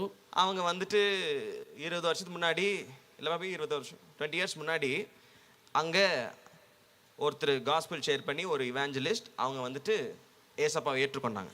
ಅವರು ಒಂದು 20 ವರ್ಷಕ್ಕೆ ಮುಂಚೆ ಒಬ್ಬರು ಇವಾಂಜಲಿಸ್ಟ್ ಅವರಿಗೆ ಸುವಾರ್ತೆ ಹೇಳಿ ಅವ್ರು ಯೇಸುವನ್ನ ಸ್ವೀಕಾರ அவங்க ಮಾಡಿದ್ರು. அப்பா யாருன்னா, ಅವ್ರ ತಂದೆ ಅವರು ಯಾರು ಅಂದ್ರೆ, அங்க அம்பத்தூர் பாபி அம்பத்தூர் டிஸ்ட்ரிக்ட்டுக்கு கோல்டு அசோசியேஷனுடைய தலைவர். ಅಂಬತ್ತೂರು ಡಿಸ್ಟ್ರಿಕ್ಟ್ ಅಲ್ಲಿರುವ ಗೋಲ್ಡ್ ಅಸೋಸಿಯೇಷನ್ ಒಂದು ಲೀಡರ್ ಆಗಿದ್ದಾರೆ. தங்க கடை வியாபாரி, கோல்ட் அண்ட் டைமண்ட், ಚಿನ್ನದ ವ್ಯಾಪಾರಿ. கோடிக்கணக்கான சொத்து அவங்களுக்கு உண்டு. ಕೋಟಿಗಟ್ಟಲೆ ಅವ್ರಿಗೆ ಆಸ್ತಿ ಇದೆ. செருப்பு மதி அதெல்லாம் தூக்கி போட்டு வந்துட்டாங்க இயேசு. ಚಪ್ಪಲಿ ತರ ಅದನ್ನೆಲ್ಲ ಬಿಸಾಕ್ಬಿಟ್ಟು ಯೇಸು ಸ್ವಾಮಿಗಾಗಿ ಮುಂದೆ ಬಂದಿದ್ದಾರೆ. ஹல்லேலூயா. ಹಲ್ಲೆಲೂಯಾ. அவங்க ஃபேமிலி ஒன்று தூக்கி போட்டாங்க. ಅವ್ರು ಎಲ್ಲನೂ ಬೇಡ ಅಂತ ಬಿಟ್ರು. இதுதான் உபத்திரவம். ಇದೇ ಉಪದ್ರವ. ஹல்லேலூயா. ಹಲ್ಲೆಲೂಯಾ. ஆண்டவருக்காக நீங்க ஒரு நஷ்டத்திலயோ கஷ்டத்திலயோ வரீங்களா, அதுதான் நீங்க சுமக்க வேண்டிய சிலுவை. ದೇವರಿಗಾಗಿ ನೀವು ಒಂದು ಕಷ್ಟದಲ್ಲಿನೋ ನಷ್ಟದಲ್ಲಿಯೋ ಬರ್ತೀರಾ, ಅದೇ ನೀವು ಹೊತ್ಕೊಳ್ಬೇಕಾಗಿರುವ ಶಿಲುಬೆ. டயபிட்டிஸ் ஜாஸ்தி ஆயிடுச்சு, இப்போ 400 இருக்குதுன்றாங்கோ, ಇನಾಂಗೋ ಪಂಡ್ರದುಂಗೋ, ಡಯಾಬಿಟಿಸ್ ಜಾಸ್ತಿ ಆಗಿದೆ, 400 ಹೇಳ್ತಾರೆ, ಏನ್ ಮಾಡೋದು ಗೊತ್ತಿಲ್ಲ ರೀ. ஆண்டவர் கொடுத்த சிலுவை, ದೇವರು ಕೊಟ್ಟಿರೋ ಶಿಲುಬೆ கொடுக்குறாரு ஆண்டவர். டயபிட்டிஸ் பிபி அவர் ஆண்டவரா பிசாசா? ಕೊಡ್ತಾರೆ ದೇವರು. ಡಯಾಬಿಟಿಸ್ BP ಅವ್ರೇನ್ ದೇವರ ಇಲ್ಲ ಸೈತಾನ. ಹಲೋ, கிறிஸ்துவுக்காக பாடுபடுவது வேற, கிறிஸ்துவுக்குள் பாடுபடுவது வேற. ಕ್ರಿಸ್ತನಿಗಾಗಿ ಕಷ್ಟಪಡುವುದು ಬೇರೆ, ಕ್ರಿಸ್ತನ ಒಳಗಡೆ ಕಷ್ಟಪಡುವುದು ಬೇರೆ. கிறிஸ்துவுக்காக நிந்தைகளை அனுபவிப்பது சிலுவை. ಕ್ರಿಸ್ತನಿಗಾಗಿ ಹಿಂಸೆ ಪಡುವುದು ಶಿಲುಬೆ. கிறிஸ்துவுக்குள்ள வந்த பிறகு அந்த ஆதாமுடைய சாபத்துல வாழ்ந்துட்டு இருக்கீங்க பாத்தியா, அது சிலுவை கிடையாது, அது முட்டாள்தனம். ಕ್ರಿಸ್ತನ ಒಳಗಡೆ ಬಂದ ಮೇಲೆ ಆ ಆದಾಮಿನ ಶಾಪವನ್ನು ಹೊತ್ಕೊಂಡು ಜೀವನ ಮಾಡ್ತಿರಲ್ಲ, ಅದು ಶಿಲುಬೆ ಅಲ್ಲ, ಅದು ಮುಟ್ಟಾಳ್ತನ. எத்தனை பேர் விளங்குது? ಎಷ್ಟು ಜನರಿಗೆ ಅರ್ಥ ಆಯ್ತು? இதனாலதான் இந்த சாபங்களை குறித்து நாம அறிந்து கொள்வது முக்கியம். ಇದರಿಂದಾನೇ ಈ ಶಾಪಗಳ ಬಗ್ಗೆ ನಾವು ತಿಳ್ಕೊಳ್ಳೋದು ಮುಖ್ಯವಾಗಿದೆ. ஏன்னா ஒரு கிறிஸ்தவனா இருக்கிற நீங்க இந்த சாபங்கள் உங்க வாழ்க்கையில ஒரு துளி கூட இருக்க கூடாது. ಯಾಕಂದ್ರೆ ಒಂದು ಕ್ರೈಸ್ತರಾಗಿರುವ ನಿಮಗೆ ನಿಮ್ಮ ಜೀವನದಲ್ಲಿ ಈ ಶಾಪ ಒಂದು ಹನಿ ಕೂಡ ಇರಬಾರದು. முதல்ல உங்களுக்குள்ள வர வேண்டியது என்னன்னா வைராக்கியம். ಮೊದಲು ನಿಮ್ಮ ಒಳಗಡೆ ಬರಬೇಕಾಗಿದ್ದು ಏನು ಅಂದ್ರೆ ವೈರಾಗ್ಯ. அந்த வசனம் இப்ப படிக்கும்போது வைராக்கியம் வரும் பாருங்க. இப்போ ಆ ವಾಕ್ಯ ಓದುವಾಗ ವೈರಾಗ್ಯ ಬರುತ್ತೆ ನೋಡಿ. 13 ಗಲಾತ್ಯರಿಗೆ ಬರೆದ ಪತ್ರಿಕೆ 3:13. ஆமென். ಆಮೆನ್. ஏதாவது கத்துக்கணும்னு நினைக்கிறீங்கன்னா கை தட்டி காட்டுங்க. ಏನಾದ್ರೂ ಕಲ್ತಿದ್ದೀನಿ ಅಂತ ಯೋಚನೆ ಮಾಡ್ತೀರಾ? ஹல்லேலூயா. ಹಲ್ಲೆಲೂಯಾ. கலாத்தியர் 3:13. மரத்திலே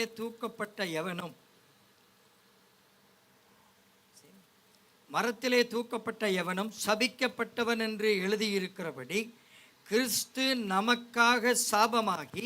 பாருங்க, அந்த சாபத்தின் உலகத்திலிருந்து, சாபத்தின் வாழ்க்கையிலிருந்து, ஆதாமுடைய சாபத்திலிருந்து நம்மளை வெளியே கொண்டு வர்றதுக்கு கிறிஸ்து அவரே சாபமாய் மாற வேண்டி இருந்தது.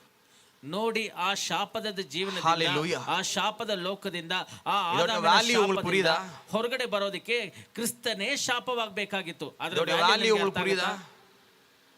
அவர் சும்மா வாயின் வார்த்தையில உன் பாவத்தை மன்னிச்சிட்டேன் அப்படின்னு சொல்ற மாதிரி உன் சாபத்தை உடைச்சிட்டேன்னு சொல்லல. இந்த சாபத்தோடைய வேல்யூ, இந்த சாபத்தோடைய வெயிட் எவ்வளோன்னா, அதுல இருந்து இந்த ஜனங்களை, மனிதர்களை வெளியில கொண்டு வர்றதுக்கு அவரே சாபமாய் மாறிட்டாராம். ನೋಡಿ, ಅವ್ರು ಸುಮ್ಮನೆ ಬಾಯಿ ಮಾತಲ್ಲಿ ನಿನ್ನ ಪಾಪಗಳನ್ನ ಕ್ಷಮಿಸಿದೀನಿ ಅಂತ ಹೇಳೋ ಪ್ರಕಾರ ನಿನ್ನ ಶಾಪಗಳನ್ನ ಮುಗಿಸಿದೀನಿ ಅಂತ ಹೇಳಿಲ್ಲ. ಈ ಶಾಪದಿಂದ ಬಿಡುಗಡೆ ಮಾಡೋದಕ್ಕೆ ಅವರೇ ಶಾಪವಾಗಿದ್ದಾರೆ. உங்களுக்கு வைராக்கியம் எப்படி இருக்கோ தெரியல, என்னோட வைராக்கியம் வேற. ನಿಮಗೆ இயேசு பாடுபட்ட ஒரு விஷயம், அதை மீறி பிசாசு என் வாழ்க்கைக்குள்ள எப்படி வர முடியும்? எனக்கு இது வைராக்கியம். ನಿಮಗೆ ವೈರಾಗ್ಯ ಹೇಗಿದೆಯೋ ಗೊತ್ತಿಲ್ಲ, ಆದ್ರೆ ನನ್ನ Hallelujah. ವೈರಾಗ್ಯ ಬೇರೆ. ನನ್ನ ಯೇಸು ಒಂದು ಕಷ್ಟಪಟ್ಟ ಮೇಲೆ ಅದನ್ನ ಮೀರಿ ಸಹಿತ என் ನಾನು ಹೇಗೆ இயேசு ಬರಕ್ಕಾಗತ್ತೆ? சாபமாவே ஆயிட்டாரு. அவ்வளோ அவர் செஞ்ச பிறகு ஒரு சாபமும் என் வாழ்க்கையில இருக்க கூடாது. ನನ್ನ ಯೇಸು ಸ್ವಾಮಿ ಶಾಪವಾಗಿ என் ಆಗ್ಬಿಟ್ರು. அப்பா வேலைய ಆಮೇಲೆ ನನ್ನ கொடுத்திருக்கிறாரு. ಜೀವನದಲ್ಲಿ ಒಂದು ಶಾಪ ஹalleluya. ಇರಬಾರದು. என் அப்பா வேலைய செலுத்தி இருக்கிறாரு. ನನ್ನ ಅಪ್ಪ ಬೆಲೆಯನ್ನ ಕಟ್ಟಿದ್ದಾರೆ. இந்த வைராக்கியம் ஒவ்வொரு கிறிஸ்தவனுக்குள்ள வரணும். ಈ ವೈರಾಗ್ಯ ಒಂದೊಂದು ಕ್ರೈಸ್ತರಲ್ಲಿ How ಬರಬೇಕು. can there be curse in my life? ಹೇಗೆ ನನ್ನ ಜೀವನದಲ್ಲಿ ಶಾಪ My ಇರಬಹುದು? Jesus became cursed to set me free. ನನ್ನ ಬಿಡುಗಡೆ ಮಾಡೋದಕ್ಕೆ ನನ್ನ ಯೇಸು ಶಾಪವಾಗಿದ್ದಾರೆ. அப்போ தட்டி கேக்குறது யாரு? யார் தட்டி கேட்கணும்? பிள்ளை தான் தட்டி கேட்கணும். ಆಗ ಹಕ್ಕಿಂದ ಕೇಳೋರು ಯಾರು? ಮಕ್ಕಳೇ ಕೇಳಬೇಕು, ಮಗನೇ ಕೇಳಬೇಕು, ಮಗಳೇ Amen. ಕೇಳಬೇಕು. ಆಮೇನ್, ஆமென். ಆಮೇನ್. அவர் சாபமா மாறி சிலுவையில விடுதலை கொடுத்திருக்கிறாரு. அதை எடுத்துக்கிறதுக்கே நமக்கு கஷ்டமா இருந்தா அப்ப அது யாருடைய தப்பு? ಆತನು ಶಾಪವಾಗಿ ಶಿಲುಬೆಯಲ್ಲಿ ಬಿಡುಗಡೆಗಳನ್ನ ನಮಗೆ ಕೊಡ್ತಾ ಇದ್ದಾರೆ. ಅದನ್ನ ತಗೊಳ್ಳೋದಕ್ಕೆ ನಮಗೆ ಕಷ್ಟವಾಗಿದೆ ಅಂದ್ರೆ ಅದು ಯಾರ ತಪ್ಪು? இப்போ கவர்மெண்ட் அறிவிக்கிறாங்கன்னு வச்சுக்கோங்க, 18 வயசு ஆனவங்க எல்லாருக்கும் அக்கௌண்ட்ல 5 லட்சம் போடுறோம் அப்படின்னு இடுறாங்க கவர்மெண்ட்ல. ಈಗ ಗವರ್ಮೆಂಟ್ ಅಲ್ಲಿ ಹೇಳ್ತಾರೆ ಅಂತ ಇಟ್ಕೊಳ್ಳಿ, 18 ವಯಸ್ಸು ಆಗಿರೋರು ಎಲ್ರಿಗೂ ಅಕೌಂಟ್ ಅಲ್ಲಿ 5 ಲಕ್ಷ ಹಾಕ್ತೀವಿ ಅಂತ ಹೇಳ್ತಾರೆ ಅಂತ நீங்க பஸ் ಇಟ್ಕೊಳ್ಳಿ. ஸ்டாப்ல நின்னு பேசிங்க, என்ன எனக்கு வரவே இல்ல அப்படின்னு. ಈಗ ಬಸ್ ಸ್ಟಾಪ್ ಅಲ್ಲಿ ನಿಂತು ಮಾತಾಡ್ಕೊಂಡಿದ್ದಾರೆ, ಏನು ನನಗೆ ಬರಲೇ ಇಲ್ಲ. பக்கத்துல ஆபீசர் வந்து சொல்றாங்க, ஆமா உன்னை தேடி வந்து வீட்டுல உன் கையில நொட்டுறாங்க. ಹೌದು, ಪಕ್ಕದಲ್ಲಿ ಆಫೀಸರ್ ಹೇಳ್ತಾರೆ, ಹೌದು ನಿನ್ ಮನೆಗೆ ಹುಡುಕೊಂಡ್ ಬಂದು ನಿನ್ ಕೈಯಲ್ಲಿ ಕೊಡ್ತಾರೆ. கவர்மெண்ட் அறிவிச்சிருக்குதுடா, நீ ஒரு ஆபீஸ்க்கோ இங்கேயோ கார்பரேஷனோ போய் கேளு, வாயை திறந்து கேளு, ஐடி கார்டை கொடு, ஆதார் கார்டை கொடு, அவங்க சொல்ற ஃபார்மை ஃபில்அப் பண்ணு, அதுவும் நாங்களே தான் சோறம் ஊட்டி விடவா அப்படின்னு.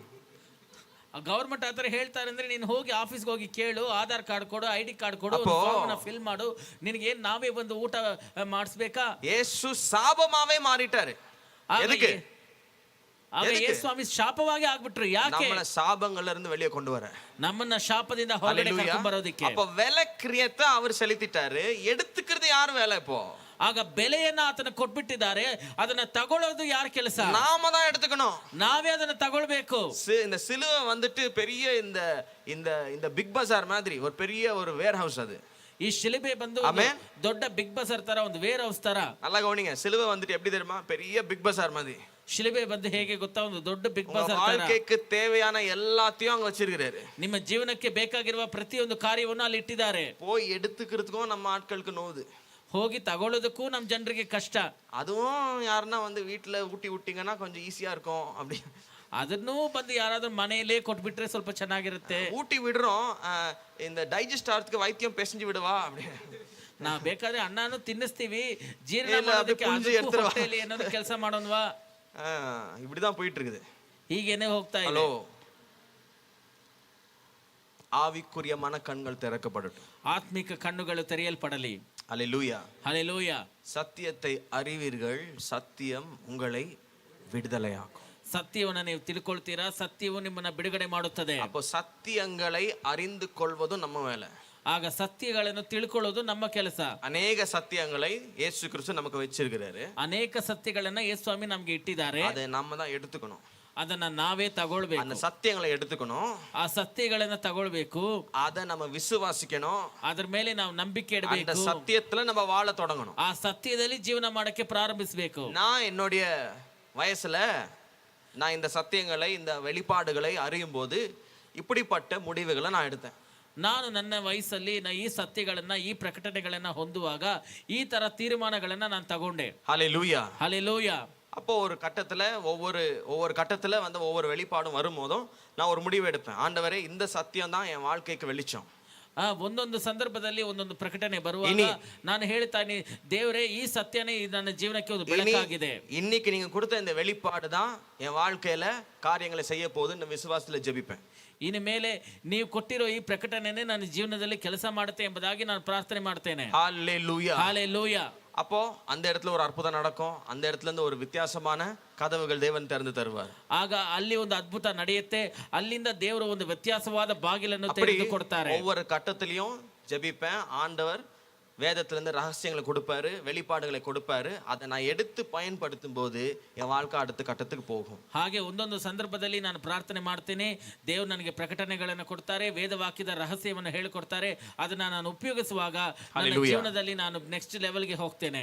நீங்க வந்துட்டு சும்மா வந்து சபையில சத்தியத்தை கேட்குறீங்க, மறுபடியும் நீங்க மண்டே டு சாட்டர்டே இந்த சத்தியங்களை எடுத்து பயன்படுத்தாமல், இந்த சத்தியத்தின் பிரகாரம் உங்க வாழ்க்கையை மாற்றிக்கொள்ளாமல் இருந்தீங்கன்னா இந்த காதுல கேட்டது அந்த காதுல வெளியில போயிடும், வாழ்க்கை இருக்கிற வண்ணமாவே இருந்துரும். ನೀವು ಬಂದು ಭಾನುವಾರದಲ್ಲಿ ಸಭೆಯಲ್ಲಿ ಸತ್ಯಗಳನ್ನ ಕೇಳ್ತೀರಾ, ಆದ್ರೆ ಸೋಮವಾರದಿಂದ ಶನಿವಾರವರೆಗೂ ನೀವು ಅದನ್ನ ಉಪಯೋಗಿಸ್ತಾ ಹೋದ್ರೆ ಈ ಕಿವಿಯಲ್ಲಿ ಬಿದ್ದು ಆ ಕಿವಿಯಲ್ಲಿ ಹೋಗ್ಬಿಡುತ್ತೆ. ಜೀವನದಲ್ಲಿ ಏನು ಬದಲಾವಣೆ ಇರೋದಿಲ್ಲ. ಹಲ್ಲೆಲೂಯಾ. இன்னைக்கு ஒரு சத்தியத்தை கேட்டீங்கல்ல, ಇವತ್ತೊಂದು ಸತ್ಯನ ಕೇಳಿದಿರಲ್ಲ, என்னது சத்தியம்? ಏನದು ಸತ್ಯ? இந்த உலகத்துல இப்ப 2 டைப் ஆஃப் வாழ்க்கை இருக்குது. ಈ ಲೋಕದಲ್ಲಿ 2 ರೀತಿಯಾದ ಜೀವನ ಇದೆ. ஒன்னு பழைய வாழ்க்கை, ಒಂದು ಹಳೆ ಜೀವನ, ಹಳೆ ಬಾಳು, ஆதாம் உடைய சாபத்தின் வாழ்க்கை, ಆದಾಮಿನ ಶಾಪದ ಜೀವನ. ಇನ್ನೊಂದು கிறிஸ்துவுக்குள்ள புது சிருஷ்டியாய் மாறுவது, ಕ್ರಿಸ್ತನ ಒಳಗೆ ಹೊಸ ಸೃಷ್ಟಿಯಾಗಿ ಇರುವುದು. ஹல்லேலூயா. ಹಲ್ಲೆಲೂಯಾ. புது சிருஷ்டி, ಹೊಸ ಸೃಷ್ಟಿ. ஆமென். ಆಮೆನ್. புது சிருஷ்டினா என்ன அர்த்தம்? ಹೊಸ ಸೃಷ್ಟಿ ಅಂದ್ರೆ ಏನರ್ಥ? அந்த வாழ்க்கைக்கும் இந்த வாழ்க்கைக்கும் தொடர்பு இல்ல. ಆ ಜೀವನಕ್ಕೂ ಈ ಜೀವನಕ್ಕೂ ಸಂಬಂಧನೇ ಇಲ್ಲ. ஆமென். ಆಮೆನ್. அந்த பழைய சாபத்தின் வாழ்க்கைக்கு மரித்து நம்ம மறுபடியும் பிறக்கிறோம் கிறிஸ்துவுக்குள்ள. ಆ ಹಳೆ ಶಾಪದ ಜೀವನಕ್ಕೆ ಸೆತ್ತು ನಾವು ಕ್ರಿಸ್ತನ ಒಳಗಡೆ ಹೊಸದಾಗಿ ಹುಟ್ಟುತ್ತೇವೆ. அப்ப இந்த புது வாழ்க்கை எப்படி இருக்கணும்? ಆಗ ಈ ಹೊಸ ಜೀವನ ಹೇಗಿರಬೇಕು? ಗ್ಲೋರಿ ಟು ಗ್ಲೋರಿಯಾ இருக்கணும். ಮಹಿಮೆಯ ಮೇಲೆ ಮಹಿಮೆಯಾಗಿರಬೇಕು. வெளிச்சத்தின் வாழ்க்கையா இருக்கணும். ಬೆಳಕಿನ ಜೀವನವಾಗಿರಬೇಕು. பிரகாசமா இருக்கணும். ಪ್ರಕಾಶವಾಗಿರಬೇಕು. ஆமென். ಆಮೆನ್. பரிசுத்தமா இருக்கணும். ಪರಿಶುದ್ಧವಾಗಿರಬೇಕು. வல்லமை நிறைந்ததா இருக்கணும். ಶಕ್ತಿಯುತವಾಗಿರಬೇಕು. பிசாசின் கிரியைகள் கால கீழ வச்சிருக்கணும். ಸೈತಾನಿನ ಕ್ರಿಯೆಗಳನ್ನು வியாதிகள் என் வீட்டுக்கு வராதுன்னு சொல்லணும். ಕಾಯಿಲೆ ನಮ್ಮ ಮನೆಗೆ ಬರೋದಿಲ್ಲ ಅಂತ ಹೇಳಬೇಕು. ஹalleluya. ஹalleluya. வெற்றி நிச்சயம் சொல்லணும். ಜಯ ನಿಶ್ಚಯ ಅಂತ ಹೇಳಬೇಕು. ஆமென். ஆமென். கை வைத்து செய்கிற காரியத்தின் மேல என்ன இருக்குது? இப்போ சாபம் இல்ல, ஆசீர்வாதம் வந்திருக்குது. ಕೈ ಇಟ್ಟು ಮಾಡುವ ಕೆಲಸದ ಮೇಲೆ ಶಾಪ ಇಲ್ಲ, ಆಶೀರ್ವಾದ ಬಂದಿದೆ. ஹalleluya. ஹalleluya. நான் ஒரு விஷயம் செய்தேனா தேவன் என் கூட இருக்கிறார், அந்த இடத்துல ஆசீர்வாதம் வேலை செய்யும். இந்த ஒரு ஷிஃப்ட் நமக்குள்ள வரணும். ನಾನೊಂದು ಕಾರ್ಯ ಮಾಡಿದ್ರೆ ದೇವರು ನನ್ನ ಜೊತೆ ಇದ್ದಾರೆ, ಆಶೀರ್ವಾದ ಕೆಲಸ ಮಾಡುತ್ತೆ. ಈ ಒಂದು ಶಿಫ್ಟ್ ನಮ್ಮಲ್ಲಿ ಬರಬೇಕು. இந்த உலகத்துக்கு வெளிச்சமா என்ன வச்சிருக்கிறாரு? ಈ ಲೋಕಕ್ಕೆ ಬೆಳಕಾಗಿ ನನ್ನ ಇಟ್ಟಿದ್ದಾರೆ. உலகத்துல உப்பா என்ன வச்சிருக்கிறாரு? ಲೋಕಕ್ಕೆ ಉಪ್ಪಾಗಿ ನನ್ನ ಇಟ್ಟಿದ್ದಾರೆ. இயேசுவோட இந்த புது ஜீவனை எடுத்து நான் உப்பா போய் கலக்கணும் எல்லாத்துக்குள்ளேயும். ಈ ಯೇಸುವಿನ ಹೊಸ ಜೀವನ ಎತ್ಕೊಂಡು ಉಪ್ಪಾಗಿ ನಾನು ಹೋಗಿ ಎಲ್ಲರಲ್ಲೂ ಕಲಿಸಬೇಕು. நான் வாழ்றேன்னா என்ன சுத்தி இருக்கிறவங்க, என் ரிலேட்டிவ்ஸ், நெய்பர்ஸ், என் கொலீக்ஸ் எல்லாருக்குள்ளேயும் என்ன வரணும்? நான் வெளிச்சத்தை ಉಂಟಾಕணும் அவங்களுக்குள்ள. ನಾನು ಜೀವನ ಮಾಡ್ತೀನಿ ಅಂದ್ರೆ ನನ್ನ ಜೊತೆ ಇರುವ ನನ್ನ ನೆಂಟರು, ನನ್ನ ಸ್ನೇಹಿತರು ಎಲ್ರಿಗೂ ನಾನು ಏನ್ ಮಾಡಬೇಕು? ಆ ಬೆಳಕನ್ನ ಕೊಡಬೇಕು. ನಾளுக்கு நாள் நீங்க உயர்வு அடையணும். ದಿನ ದಿನ ನೀವು ಮೇಲೆ ಹೋಗ್ತಾನೆ ಇರಬೇಕು. ಆಮೆನ್. ಉನ್ನತ ಸ್ಥಾನಕ್ಕೆ ಬರಬೇಕು. ಶರೀರத்துல பலன் இருக்கணும். ಶರೀರದಲ್ಲಿ ಬಲ ಇರಬೇಕು. ஆரோக்கியம் இருக்கும். ಆರೋಗ್ಯ ಇರಬೇಕು. ஏன் தெரியுமா? ಯಾಕೆ ಗೊತ್ತಾ? கிறிஸ்துவின் ஜீவனுக்குள்ள வந்திருக்கிறேன். ಕ್ರಿಸ್ತನ ಜೀವ ಒಳಗಡೆ ನಾನು ಬಂದಿದ್ದೇನೆ. ಆಮೆನ್. ಆಮೆನ್. சரி, இந்த ஷிஃப்ட், ಸರಿ, ಈ ಶಿಫ್ಟ್ இந்த சத்தியத்தை, ಈ ಸತ್ಯವನ್ನು நீங்க எந்த அளவுக்கு விசுவாசிக்கிறீங்களோ, ನೀವು ಎಷ್ಟು ಮಟ್ಟಿಗೆ ನಂಬಿಕೆ ಇಡ್ತೀರೋ அந்த அளவுக்கு அது கிரியை செய்யும். ಅಷ್ಟು ಮಟ್ಟಿಗೆ ಅದು ಕೆಲಸ ಮಾಡುತ್ತೆ. அதை எவ்வளவு நீங்க சந்தேகப்படுறீங்களோ, ಅದನ್ನ ನೀವು ಎಷ್ಟು ಸಂಶಯ ಪಡ್ತೀರೋ அவ்வளவோ நீங்க பழைய வாழ்க்கைக்குள்ள தள்ளப்படுவீங்க. ಅಷ್ಟು ನೀವು ಹಳೆ ಜೀವನದಲ್ಲಿ ஏன்னா இந்த காரியங்கள் விசுவாசத்தினாலே பெற்றுக்கொள்கிறோம். ಯಾಕಂದ್ರೆ ಈ ಕಾರ್ಯಗಳನ್ನು ನಾವು ನಂಬಿಕೆಯಿಂದ ವಿಶ್ವಾಸದಿಂದ ಪಡ್ಕೊಳ್ತೇವೆ. 13, 14 மறுபடியும் கேட்டு நம்ம முடிக்க போறோம். ಮತ್ತೆ 13, 14 ವಚನವನ್ನು ಓದಿ ನಾವು ಮುಗಿಸ್ತೇವೆ. மரத்திலே தூக்கப்பட்ட எவனும் சபிக்கப்பட்டவன் என்று எழுதியிருக்கிறபடி கிறிஸ்து நமக்காக சாபமாகி, கிறிஸ்து நமக்காக சாபமாகி நியாயப்பிரமாணத்தின் சாபத்திற்கு நம்மை நீங்களாக்கி மீட்டுக் கொண்டார். சாபத்திற்கு நம்மை நீங்களாக்கி மீட்டுக் கொண்டார். ஆபிரகாமுக்கு உண்டான ஆசீர்வாதம், ஆபிரகாமுக்கு உண்டான ஆசீர்வாதம் கிறிஸ்து இயேசுவினால் புறஜாதிகளுக்கு வரும்படியாகவும், கிறிஸ்து இயேசுவினால் புறஜாதி மக்களா இருக்கிற நமக்கு வந்து சேரும்படி ஆகவும் ஆவியை குறித்து சொல்லப்பட்ட வாக்குத்தத்தத்தை நாம் விசுவாசத்தினாலே பெறும்படியாகவும், நாம் விசுவாசத்தினாலே எப்படி இதை பெற்றுக்கொள்ள போகிறோமா? விசுவாசத்தினாலே. சாபத்திலிருந்து விடுதலை பெற்று ஆசீர்வாதத்தோடைய வாழ்க்கைக்குள்ள வர்றது நம்ம எப்படி பெற்றுக்கொள்ள போகிறோம்? ಶಾಪದಿಂದ ಬಿಡುಗಡೆ ಹೊಂದಿ விசுவாசத்தினாலே பெற்றுக்கொள்ள போகிறோம். ಶಾಪದಿಂದ ಬಿಡುಗಡೆ ಹೊಂದಿ ಆಶೀರ್ವಾದ ಜೀವನದ ಒಳಗಡೆ ಹೇಗೆ ಬರ್ತೀವಿ? ನಂಬಿಕೆಯಿಂದ, ವಿಶ್ವಾಸದಿಂದ ಬರ್ತೇವೆ. How is it going to work? கேளுங்க. ಅದು ಹೇಗೆ ಕೆಲಸ ಮಾಡುತ್ತೆ ಕೇಳಿ. சார் இந்த செய்தி ரொம்ப சூப்பரா இருக்கு, ஆனா இது எப்படி வேலை செய்ய? How is going to work? Sir, ಈ ಸಂದೇಶ ಕೇಳೋದಕ್ಕೆ ತುಂಬಾ ಚೆನ್ನಾಗಿದೆ, ಆದ್ರೆ ಇದು ಹೇಗೆ ಕೆಲಸ It ಮಾಡುತ್ತೆ? is going to work by faith. ಇದು ನಂಬಿಕೆಯಿಂದ, ವಿಶ್ವಾಸದಿಂದ ಕೆಲಸ அந்த ಮಾಡುತ್ತೆ. வசனத்துல என்ன சொல்லி இருக்கு? சாபத்திலிருந்து நீக்கலாக்கி ஆபிரகாமுடைய ஆசீர்வாதம் புறஜாதிகள் மேல வர்றதுக்கு கிறிஸ்து விசுவாசத்தினாலே பெற்றுக்கொள்ளும்படி வைத்திருக்கிறார்.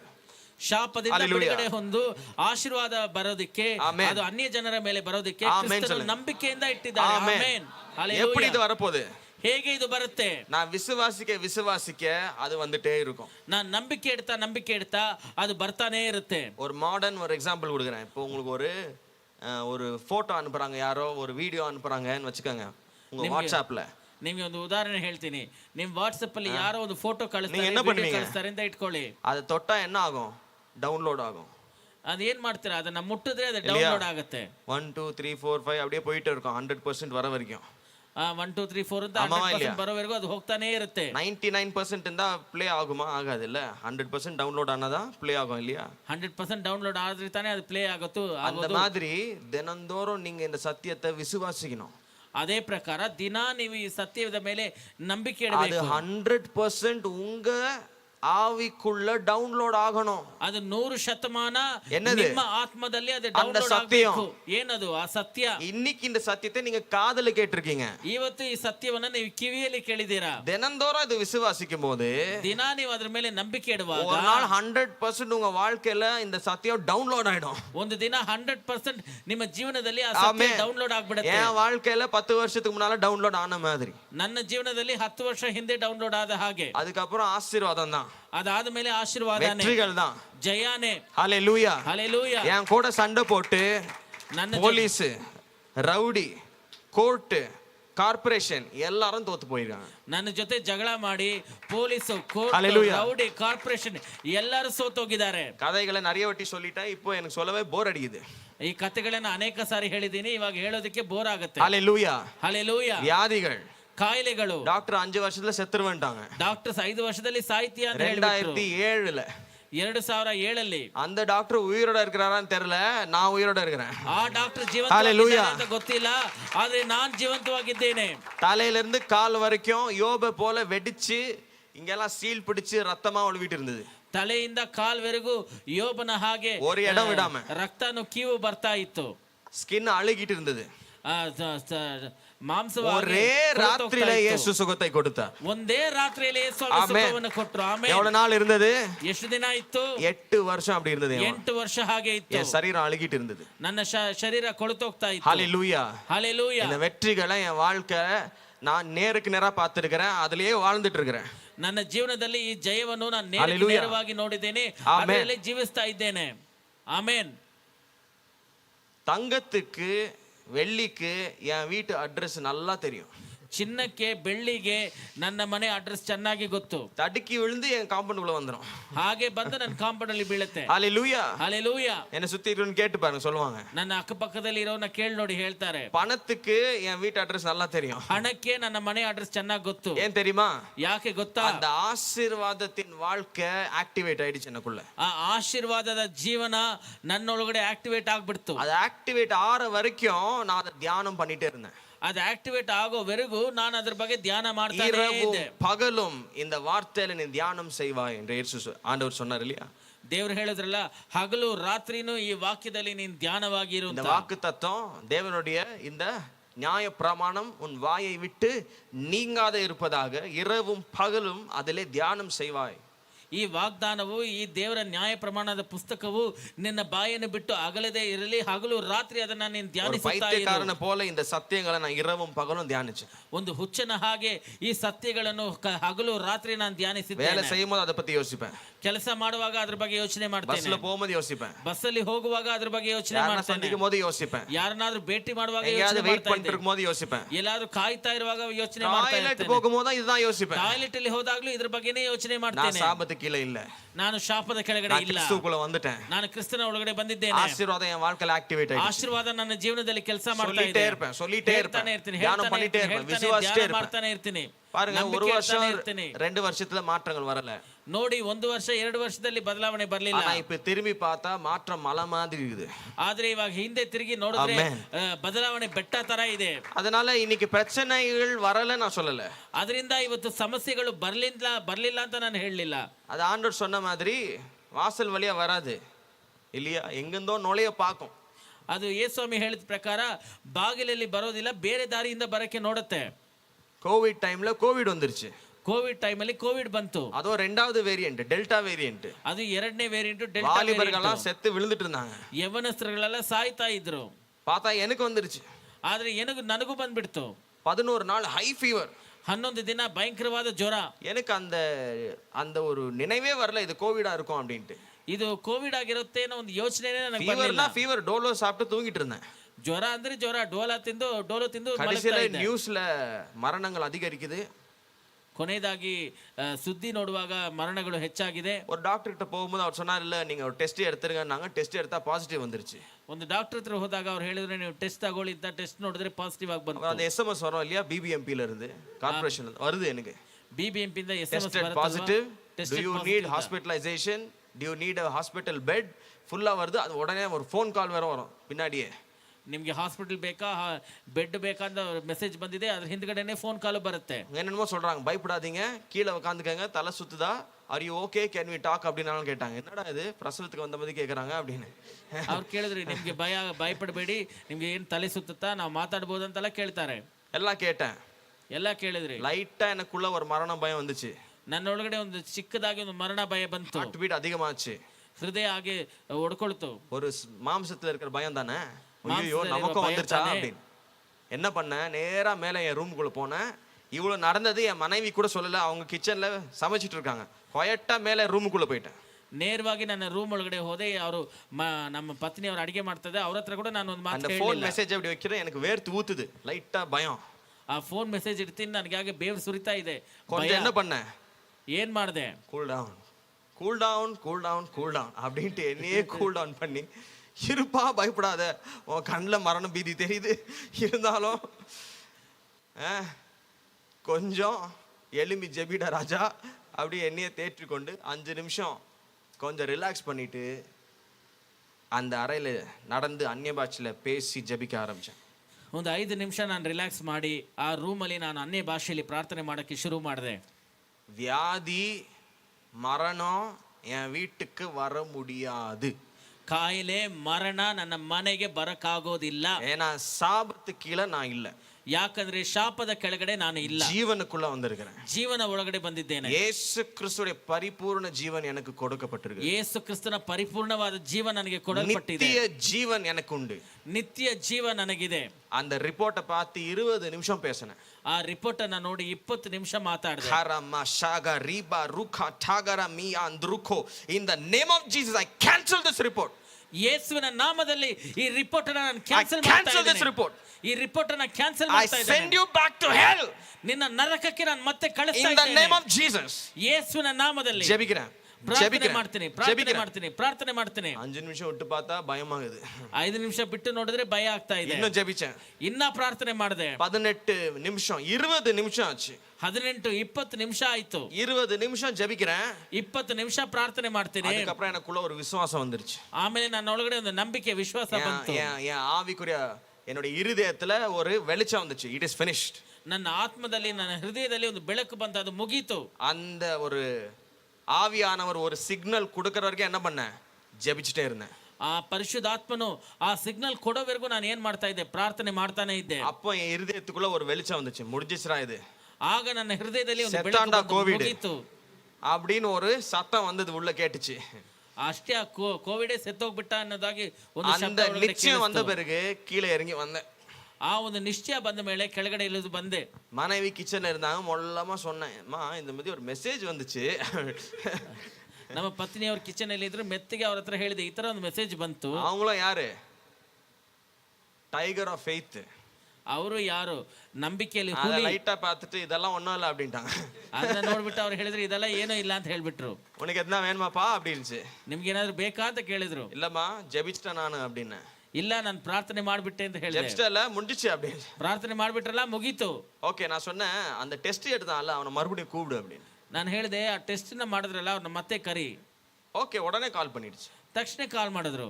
அந்த தம்பி நமக்கு தெரிஞ்ச ஆளு. அவர் சொன்ன தம்பி இந்த மாதிரி 2 நாள் முன்னாடி டெஸ்ட் எடுத்தீங்கல்ல பாசிட்டிவ் வந்துருச்சு, நீங்க வந்து கொஞ்சம் நாளைக்கு இன்னொரு டெஸ்ட் எடுங்க அப்படின்னு சொன்னேன். ಅವರು ನಮ್ಗೆ ತುಂಬಾ ಪರಿಚಯದವ್ರೆ. ಅವ್ರ ಹತ್ರ ಹೇಳಿದೆ 2 ದಿನ ಮುಂಚೆನೆ ಅವನಿಗೆ ಪಾಸಿಟಿವ್ ಬಂದಿದೆ, ಬಗ್ಗು ಮತ್ತೆ ನೈಟ್ಸ್. ನೀವು ಬಂದು ಟೆಸ್ಟ್ ಮಾಡಿ ಅಂತ ಹೇಳಿದೆ. என்னடா இவர் பாசிட்டிவ் இவர வீட்டுக்கு வேற கூப்பிடுறாரு அப்படி.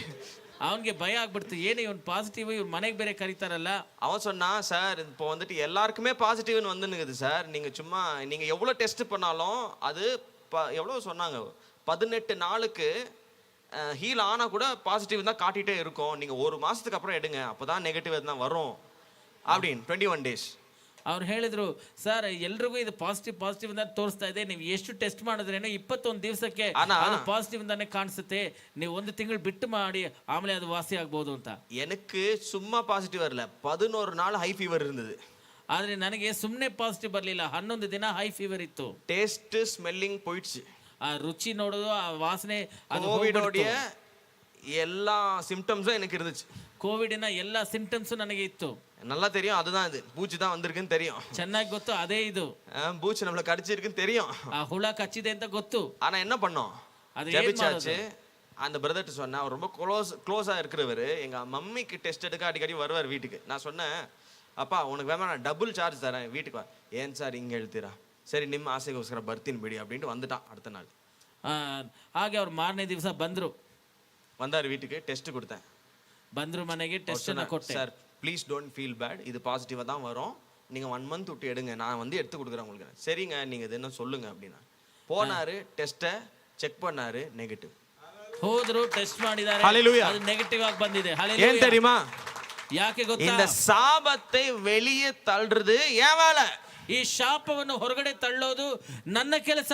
அது வரும், ಅದು ಬರುತ್ತೆ, ஆனா அதை வெளியே தள்ளுறது ஏன் வேலை. ಅದನ್ನ ಹೊರಗಡೆ ತಳ್ಳೋದು ನನ್ನ என் ಕೆಲಸ. நாமத்தினாலே பேய்களை ஓட்டுவார்கள், ನನ್ನ ನಾಮದಿಂದ ದೆವ್ವಗಳನ್ನು ಓಡಿಸುತ್ತಾರೆ. என் நாமத்தினாலே கைகளை வைக்கும் போது வியாதிகள் விலகும். ನನ್ನ ನಾಮದಲ್ಲಿ ಕೈಯನ್ನು ಯಾರು ಇಡುವಾಗ செய்யணும்? ವ್ಯಾಧಿಗಳು ಸ್ವಸ್ಥವಾಗುತ್ತದೆ. யாரு செய்யணும், ಯಾರು ಮಾಡಬೇಕು, நீங்க தான் செய்யணும். ನೀವೇ ಮಾಡಬೇಕು. உங்க வாழ்க்கையில சாபம் மாதிரி தெரியுதா, ನಿಮ್ಮ ಜೀವನದಲ್ಲಿ ಶಾಪ ತರ ಕಾಣಿಸುತ್ತಾ, நிறைய டிலே இருக்குதா, ಅನೇಕ ಕಾರ್ಯಗಳು ಡಿಲೇ ಆಗ್ತಾ ஒரே ಇದೆಯಾ, ஸ்டாக்னேஷன், ஒரே இடத்துல ஒரு மாற்றமும் இல்லாம உயர்வு இல்லாம அப்படியே போயிட்டு இருக்கா, ಒಂದೇ ಕಡೆ ನಿಂತಿರೋ ತರ ಕಾಣುತ್ತಾ, வீட்டுல எப்ப பார்த்தாலும் சண்டையா, ಮನೇಲಿ ಯಾವಾಗ ನೋಡಿದ್ರು ಜಗಳನ, இந்த ஃபைனான்ஸ் எப்பதான் மேல போவோம் தெரியலையா, ಈ ಹಣಕಾಸು ಯಾವಾಗ ಮೇಲಕ್ಕೆ ಬರುತ್ತೆ ಅಂತ ಗೊತ್ತಿಲ್ವಾ. நல்லா கவனிங்க, ಚೆನ್ನಾಗಿ ಗಮನಿಸಿ. இந்த சாபங்களை அடிச்சு ஓட்டணும். ಈ ಶಾಪಗಳನ್ನ ಒದ್ದು ನಾವು ಕಳಿಸ್ಬೇಕು. வீட்டை கூட்டி பெருக்கிறோம் இல்லையா அடிக்கடி, ಮನೆನ ನಾವು ಗುಡಿಸ್ತೀವಲ್ಲ ಆವಾಗ ಅವಾಗ, நம்ம ஆவிக்குரிய வாழ்க்கையையும் நம்ம கூட்டி பெருக்கணும். ನಮ್ಮ ಆತ್ಮಿಕ ಜೀವವನ್ನ ನಾವು ಗುಡಿಸ್ಬೇಕು. அங்கங்க ஒளிஞ்சிருக்கிற சாபங்களை நோண்டி வெளியே எடுக்கணும். தம்பி வெளியே வா ராஜா, நீ என்ன பண்ற என் வாழ்க்கையில, வெளியே ஓடு. ಅಲ್ಲೆಲ್ಲ ಶಾಪಗಳನ್ನ ಬಚ್ಚಿಟ್ಕೊಂಡಿರುವ ಶಾಪಗಳನ್ನ ನಾವು ಹೊರಗಡೆ ತಗೊಂಡು ಅದನ್ನ ಬಿಸಾಕ್ಬೇಕು. லைட்டா பார்டர்ல இருக்குங்க சுகர்னா, அந்த ரிப்போர்ட்டை அங்க அழகா அங்க பீரோ மேல ஒட்ட வச்சு 2 நாள் அதை ஃபயர் பண்ணணும். ಲೈಟ್ ಆಗಿ ಶುಗರ್ ಅಂದ್ರೆ சரீரத்துல நீ எப்படி வரலாம், ಫೈರ್ ಮಾಡಬೇಕು.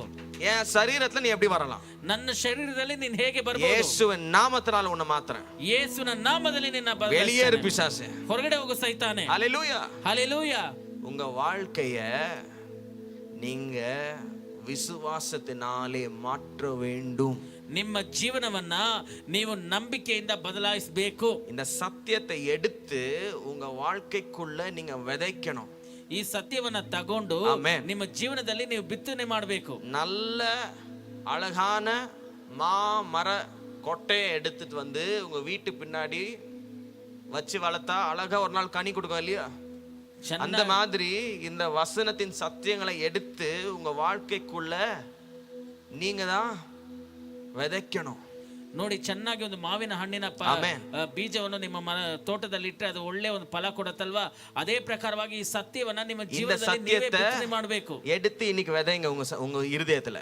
ಇವತ್ತು ಈ ಸತ್ಯನ ತಗೊಂಡು ನಿಮ್ಮ ಹೃದಯದಲ್ಲಿ ನೀವು ಬಿತ್ತನೆ ಮಾಡಿ. சாபத்தின் வாழ்க்கை முடிஞ்சிச்சு. ಶಾಪದ ಜೀವನ ಮುಗೀತು. இனி அந்த வாழ்க்கை இருள்ல இருக்கிற பாவத்துல இருக்கிற இயேசுவை மறித்தவர்களுக்கு தான் அந்த வாழ்க்கை. ಪಾಪದಲ್ಲಿರುವ ಶಾಪದಲ್ಲಿರುವ ಯೇಸುವಿನ ತಿರಸ್ಕಾರ ಮಾಡಿರುವವರಿಗೆ ಆತರ ಜೀವನ. எனக்கும் அவங்களுக்கும் வித்தியாசம் உண்டு. ನನಗೂ ಅವ್ರಿಗೂ ವ್ಯತ್ಯಾಸ ಇದೆ. இப்ப நான் இயேசுக்குள்ள இருக்கிறேன். ಇವಾಗ ನಾನು ಯೇಸು ಸ್ವಾಮಿ ಒಳಗಡೆ ಇದ್ದೇನೆ. நித்திய ஜீவனுக்குள்ள வந்திருக்கிறேன். ನಿತ್ಯ ಜೀವದ ಒಳಗಡೆ ಬಂದಿದ್ದೇನೆ. பரலோகத்துல என் பேர் எழுதப்பட்டிருக்குது. ಪರಲೋಕದಲ್ಲಿ ನನ್ನ ಹೆಸರು ಬರೆಯಲ್ಪಟ್ಟಿದೆ. என் பேரை கையில வரைஞ்சு வச்சிருக்கிறாரு. ನನ್ನ ಹೆಸರನ್ನ ಅವರು ಕೈಯಲ್ಲಿ ಬರೆದಿಟ್ಟಿದ್ದಾರೆ. ஆவியானவர் எனக்குள்ள வசிக்கிறாரு. ಪರಿಶುದ್ಧಾತ್ಮನು ನನ್ನ ಒಳಗಡೆ ಜೀವನ ಮಾಡ್ತಾ ಇದ್ದಾರೆ. ஆவியானவருடைய ஆலயமா நான் மாறி இருக்கிறேன். ದೇವರ ಆಲಯವಾಗಿ ನಾನಿದ್ದೇನೆ. புது சிருஷ்டியா இருக்கிறேன். ಹೊಸ ಸೃಷ್ಟಿಯಾಗಿದ್ದೇನೆ. ஹalleluya. ஹalleluya. இன்னும் எவ்வளவு வேணும்? ಇನ್ನ ಎಷ್ಟು ಬೇಕು? என் வாழ்க்கை மாறிடுச்சு. ನನ್ನ ಜೀವನ ಬದಲಾವಣೆ ಆಯ್ತು. ஜீவனுக்குள்ள வந்திருக்கிறேன். ಜೀವಕ್ಕೊಳಗೆ ಬಂದಿದ್ದೇನೆ. இந்த சத்தியங்களை விசுவாசிங்க. ಈ ಸತ್ಯಗಳ ಮೇಲೆ ನಂಬಿಕೆ ಇಡ್ರಿ. எவ்வளவு விசுவாசிக்கிறீங்களோ அவ்வளவு அது கிரியை செய்யும். ಎಷ್ಟಕ್ಕೆಷ್ಟು ನೀವು ನಂಬಿಕೆ ಇಡ್ತೀರೋ ಅಷ್ಟಕ್ಕಷ್ಟು ಅದು ಕೆಲಸ ಮಾಡುತ್ತೆ. மண்டே டு ஃப்ரைடே விசுவாசிச்சீங்கன்னா மண்டே டு ஃப்ரைடே கிரியை செய்யும்.